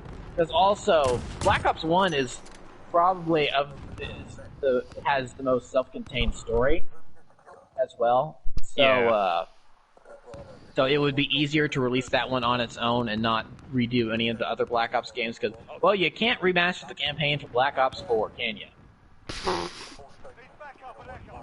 Yeah, that would be hard. Yeah, because it doesn't have one, and then the Black Ops 3 campaign is just awful. It's hands down my vote for worst Call of Duty campaign ever, because this makes no sense. At least Ghost was just upsettingly mediocre. It was consistently mediocre the entire way through. But it had a couple cool moments, and then Infinite Warfare was just kind of half-baked. But again, Jumper Gunner. But hey, at least it was. So here's an interesting thing. I feel like Modern Warfare 2019 kind of just doesn't have an ending, where it just kind of ends. It doesn't have an ending. I feel Infinite Warfare doesn't have a middle. It begins and it ends, but it doesn't have a middle. That's so it's kind of interesting that those games share kind of an opposite problem. Yeah. I'm tearing up this IAV right now. Because one game I felt like I didn't actually think they would ever remaster it, because I just don't see it making any sense from a financial reason. Although, in terms of I'm just flying around as things fall down from the sky. Like World at War is a game I've seen a lot of people saying like, oh yeah, they should totally remaster that, and I guess it would be neat. I've never played it. I haven't either. But I just don't see it happening, because it was completely overshadowed by COD 4. I feel like, because everyone at the time was saying like, oh, it's like a World War II mod for COD 4 essentially. I think it's more in recent years where I've seeing a lot more love being spoken for the game, particularly the campaign. But I just don't. Especially since when you think about it, World at War is actually the first Black Ops game. Yeah, since that was the beginning of that story. So I think people look back on it more fondly now because of that, and because it has added context to it. Also possible. character that carried over into other games. So that was something. I mean, I think right now, as it is, it doesn't make sense to remaster World at War another 2 or 3 years. I think it would maybe, because World War II just flopped. It seemed like no one really liked it that much. I mean, it sold well because it's a Call of Duty game, and so it has that Call of Duty name brand cushion. But it's that's that. I think that game may have sort of kind of killed Sledgehammer as its own independent COD developer, because again, they were supposed to be working with Raven on their game, and they couldn't, and the siblings couldn't get along, so Daddy Treyarch had to come in to help them out. Yeah. And we have yet to see how that's going to turn out. So, I think in a couple years maybe it would make sense to remaster World at War, and go, hey, here's how a World War II shooter is done, and it's been a long time since anyone's made one of these, because it's interesting that World War II shooters used to be all the rage, and everyone used to make them all the time, but then all of a sudden everyone stopped because Call of Duty 4 became such a big thing, and then now no one knows how to make a World War II shooter anymore, and because of that, both Battlefield 5 and Call of Duty World War II were just not great. So...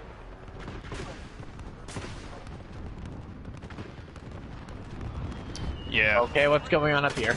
It's just a floating body. There's 2 helicopters attached to each other. An explosion. Welcome to Call of Duty. More like welcome to war. So, what am I saying? Ground war. Ground war. Oh.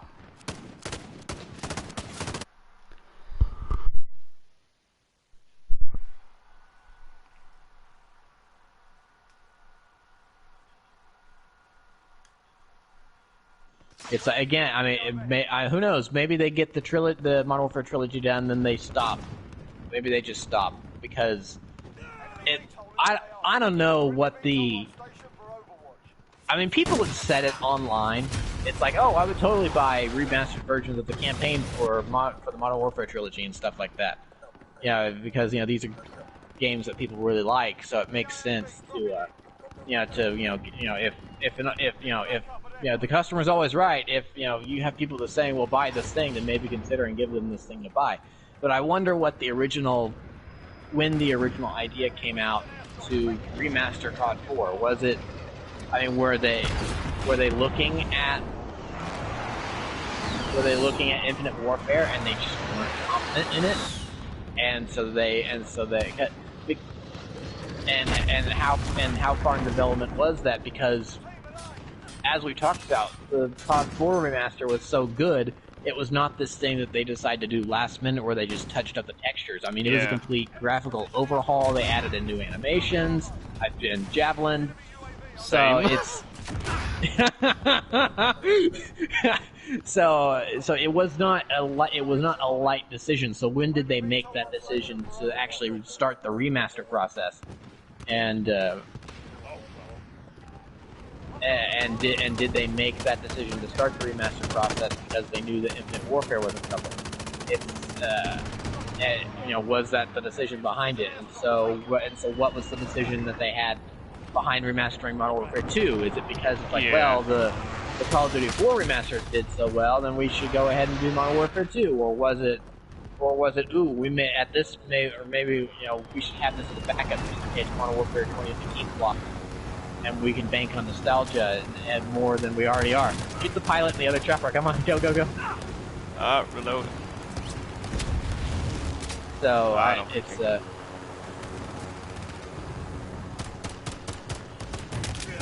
got him. Ooh, Nice. I love how they just explode. That's so awesome. Very not for kids.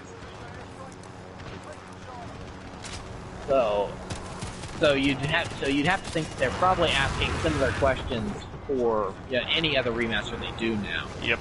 So it's like, what would get them to remaster a Black Ops game or World at War? Would it be like, oh, we can squeeze a little bit more money out here? It's like,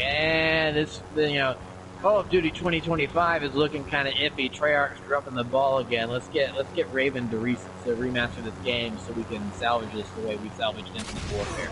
It's like, what? What? I guess the game said we were done flying a helicopter. Okay. Oh, okay. Just random explosion. Well then. Oh, I found one of our corpses. It's probably yours if I had to guess, because mine probably got incinerated. Oh no! But... I died. There's Sniper two got me. of them now. There's three of them now. Oh, no. This guy, we're just looking at nothing on his screen. That kill cam was awesome. He's just like, what are these two idiots doing? I'm gonna snipe them. Oh wow. We're on Delta, stand by. Hostiles at Charlie.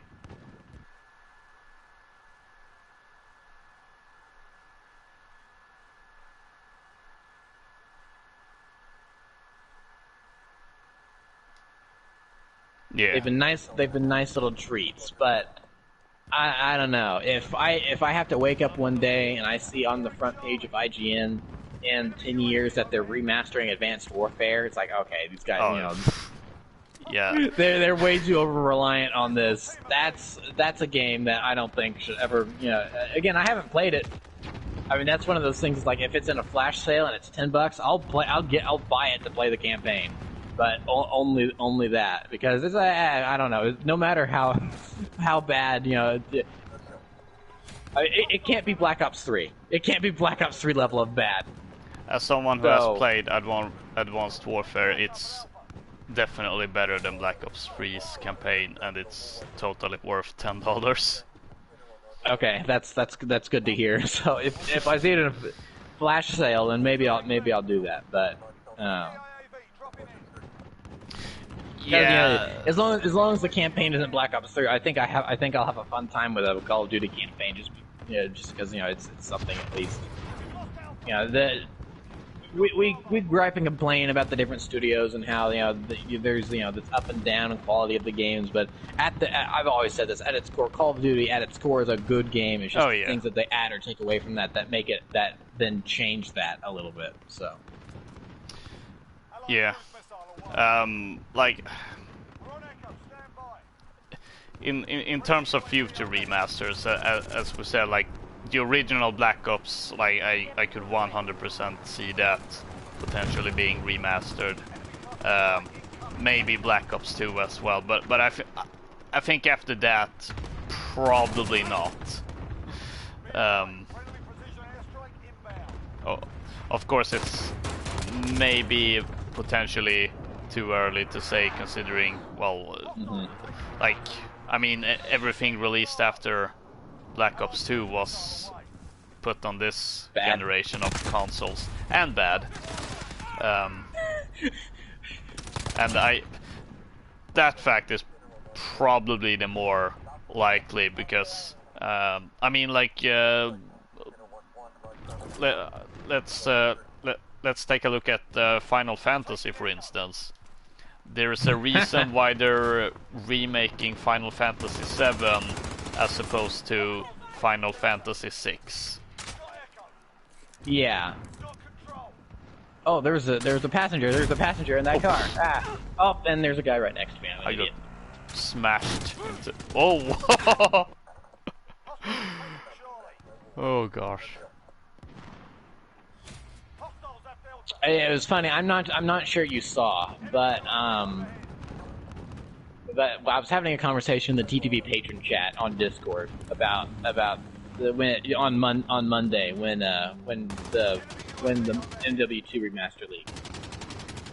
I think I saw parts of it. And yeah, so and so that's whenever Call of Duty's always come up, that's always been an interesting conversation, because some of those guys are Treyarch fanboys, oh, yeah. but they're only Treyarch fanboys because they like the zombie stuff and the weird. It's like, oh, you can only understand the story of this if you get to level 50 and you manage to do all the Easter eggs, and it takes like 15 hours to just do that because the zombies mode is, and you can only do it on crushing hard mode on zombies, so it's really hard to do, and you have to really work for it. It's like, that does not sound fun. How is this fun? So I mean, hey, if they find it fun, then that's fine. But I don't think that's a good way to tell a story. I mean, it's one thing to to grab to like press a button in every room in under 5 minutes, and then you get like a special gun type of Easter egg. It's a whole another thing. So then you have to turn around in circles 3 times, and you have to do all this other elaborate stuff to unlock like a tidbit of story information that adds to the story from a okay. That was kind of a lame kill cam. Yes. That adds to a story. Yeah, that you're giving people very piecemeal like. I don't know. I don't think that's good storytelling. And the fact that I think the last Zombies thing they released for it, they literally just blew up the universe. I think that's how that ended. Yeah, So, that sounds about right.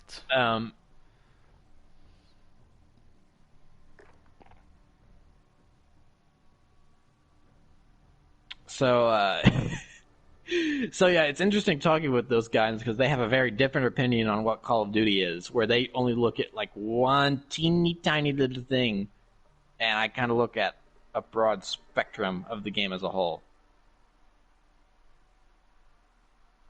And so yeah, I was talking with them, and yeah, and I mentioned that I'm so happy that the remaster is coming out, and they were a little less enthused. So Yeah. and then I did see that, I think. yeah, so it's always interesting to see the differing, and it's like, and to a degree, I mean, the fact that this is the second one that they've done, it's like, okay, are they going to start? Then it's just what we were saying, are they going to start to over rely on this? I hope they don't, and some of their actual games are more up to par. But I mean, that's just an interesting thing about the Call of Duty. Yeah, that's just kind of a small little example of it, but overall, that's a big. It's like. I honestly question if there is one main Call of Duty community, or if there's like different, very large subsects of the Call of Duty community. Because there's the people that buy it every year just because it's Call of Duty and they play it, Yeah. and they don't really care. They don't even touch the campaign. I doubt they even noticed there wasn't a campaign last year with Black Ops 4, or 2 years ago now almost, with Black Ops 4. The fact that it just didn't have a story mode. I wonder if they even noticed that. There's some people that only care for zombies, and that's it. So they'll only pick up the Treyarch games, and I guess they probably picked up in the Infinite Warfare and Do whatever it takes to survive. okay, I know where I am. And if they only pick up games that have zombie modes in them, so they pass. They didn't pick up this one, and then there's what I like to call the veterans. Like you, like me, we're the ones that have been here since around the Call of Duty 4, World at War, Modern Warfare 2, Black Ops days. At this point, we are the old people in the community. Yeah, we're the old Which timers. is scary to think about. I mean, we're in our 20s. We've been playing these games for like 10 years almost at this point, depending on when we picked up the first one. So we're getting pretty close, if it isn't quite been 10 years yet. So we're the old people. We're the ones that we grew up with Captain Price and Soap and Alex Mason and these really cool stories that maybe they didn't always make the most sense, but we had fun playing them anyway, and they had fun telling their story. But then there's the new crowd, and they like the wall running, in the wall running and the advanced equipment and the sci-fi stuff that seems like it's more it belongs more in Destiny than it does in Call of Duty, and they make up a different crowd, and then you have different crowds that blend, where there's some people that like all that wall running and jumping stuff, but they don't touch the campaigns either. So I question. So we're talking about like, maybe as Activision, just seeing if the community would like this, stuff like that. Well, is there a community? Yeah, I very much believe that outside of the more casual community that just buys the game every year, there's definitely a split between the three developers. Because World War II, for instance, while it maybe wasn't that great in the grand scheme of things, it has its fairly vocal fans who still play it over this game because they, well, seem to enjoy it more than Modern Warfare 2019. We can all have our guilty pleasures. I like Transformers: Revenge of the Fallen, even though that's an objectively bad movie. And of course, it's okay if they like a bad video game. That's fine. and of course, there's very well, Treyarch in particular seem to have a very dedicated community that's all about the Treyarch games, and there's definitely one for Infinity Ward as well.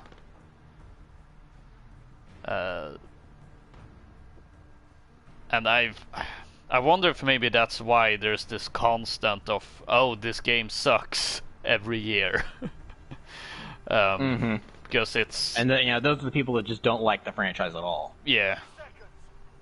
Those on top of those who are Treyarch fans and enjoy Black Ops 4 going into this. Oh, this isn't like the game I like to play, and the same with the World War II fans coming in like, oh, I don't really like that game.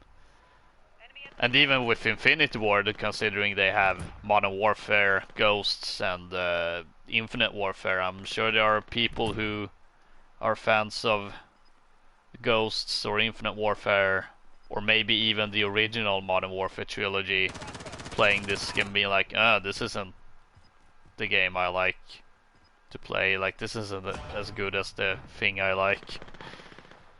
So here's an interesting thing. This happened about 2 years ago, I want to say, close to. I was at school. I was doing the student television production, kind of volunteer class where we put on a live streamed student news broadcast every week on YouTube. And one of the anchors, she brought in her cousin, who was, I think, 11 or 12 at the time. And she walked, right? And I said, yeah. It's like, can you talk to my cousin for a couple of minutes? I need to go do a thing, so I need someone to watch him really quick. And I'm thinking to myself, okay, this kid can obviously watch himself, but whatever. I'll do her a favor and talk to the kid for a few minutes. And so we talked video games for a few minutes. And so this is like right before Fortnite started, so he was not all into the Fortnite stuff yet, thankfully. I'm sure he probably ended up being, but this was like right before it. So, but he says, oh, so do you play Call of Duty? And I say, yeah, I play. It's like, not so much anymore. I used to be a fan, but this franchise has really not gone in a direction that I like recently. I've kind of grown out of love with it. And he's like, oh, why is that? And I'm like, it's like all the stuff I grew. Okay, we are the last two. We are the last two here. I just now noticed that. Oh boy, no. They're coming. They're coming. So I'm talking. It's like, it's not what. This isn't what I grew up with. I grew up with like Soap and Price and these characters. And he said straight face to me. He's like, wait, there are characters in Call of Duty? I'm like, okay, so that's a big deal. Oh no. And then well, good luck. And then after that, I said, yeah, and I don't like the wall running and the I don't like the wall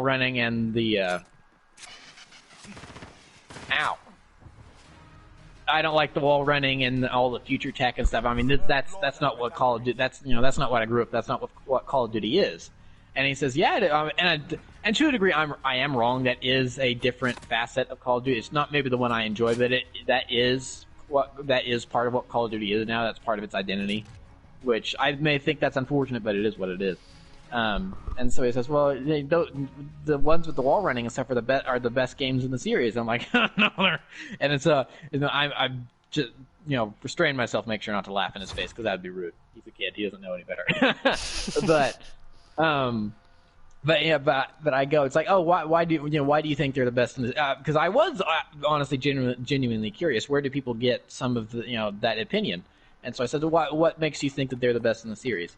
And he says, well, last year I tried to play the original Black Ops game because I like Black Ops 3 and 3 at 4 was not out at this time, I guess. But he says, but I like Advanced Warfare and 3 so much, I thought I'd go back and I'd play the original Black Ops, see where it started. And I didn't like it. And I said, oh, why didn't you like it? And he said, it felt too slow. Which kind of left me flabbergasted a little bit. It was like, wait, you thought a Call of Duty felt too slow?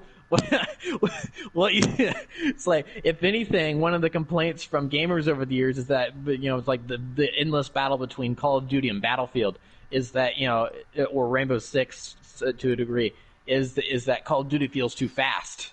Yeah. Yeah, it's not realistic because it's way too fast. It's way too fast paced. You don't get a moment to breathe in the gameplay. And then people that play Call of Duty, they always argue, oh, Battlefield's too slow because you have to run everywhere.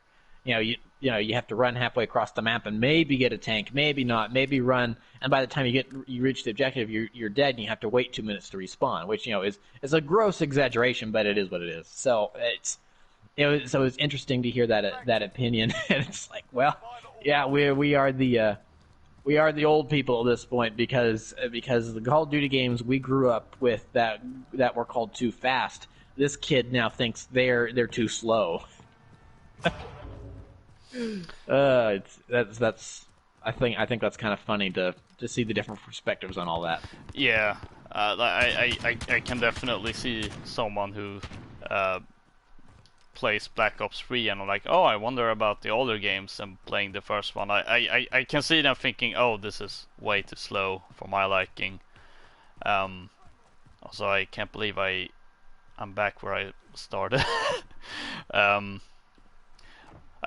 Honestly, this whole discussion kind of reminds me of a video that a YouTuber by the name of Reisevik did with the title "Communities Are Individuals," where the point he was making in that video is it was even in regards to Black Ops 4, in how how everyone was on the internet was complaining that it didn't have a campaign, and yet you would see I think from at the very least Modern Warfare 3 and onwards you would see a lot of article talking about that the campaigns of COD aren't really that good, so would it be a loss if they scrap them? Yeah, it's Call of Duty need a campaign. I don't know how many places that have used that headline before. Yeah, like it kind of creates this, and then when the campaign finally is removed and everyone is seemingly complaining, like, up in arms. Yeah, like it seems like, oh, I guess the internet community or like the COD community just like changes like their minds on a whim. But well, and that feeds back into that there's multiple facets of the Call of Duty community, and just because one part of it's angry at that one moment doesn't mean that it's the same part that's angry at another moment. It's a different crowd that's angry now. Yeah, and that was also there's the no point. Pleasing everyone. Yeah, and that was also the point he was making in the video. That it's really not that simple. That it's just that a community is just a hive mind that seems to change its opinions like on a whim almost, when in fact every community is comprised of individuals that have completely different opinions and perspective on things, and also having different starting points, whether your first COD was, in my case, COD 4, that sets a very specific mind frame for me that when I was going into like even just going into Modern Warfare 2, it was a bit of a weird shift. Let alone when the series became futuristic and all about boost jumps and such. So yeah, it's really not that simple of like to paraphrase the title of that videos, communities are individuals because people think differently about things. They come from different perspectives. They come in at different times and places and all that. All right, time to watch the bodies go flying. Oh yeah. Serious discussion about about communities, and you can't make everyone happy, and we should probably be okay with that. And then it's like, all right, time to watch explosions and people go flying off the edge of the ladder. Oh no, I'm a zombie.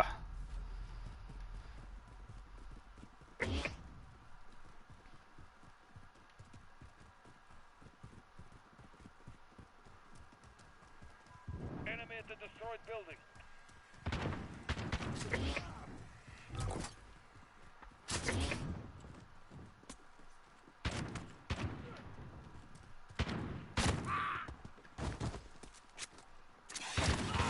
Charge!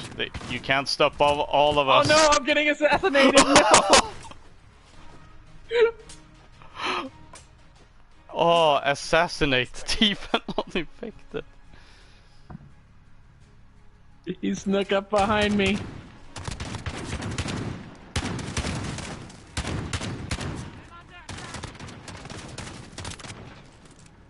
Oh, he fell off. What a way to die. He has that great streak, and he falls off the edge to his doom.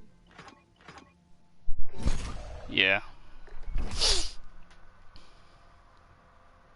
So I think that's that's a day. We've had good discussions about the Modern Warfare 2 remaster and potential other COD remasters, the lack of multiplayer for Modern Warfare 2, and now how communities are individuals. So, yeah, I think it's finally time. We've been going for almost 2.5 hours. It's getting late on my end, and I'm sure things are getting closer to other stuff needed be doing. So, we'll keep this very short. Next week is Easter, and I'm gonna aim for at least 2 streams just because it's Easter. I have some plans in mind for what to play, but it's not really anything too special. It's just me catching up on games I've been wanting to stream for a while now. So that may be something to look forward to.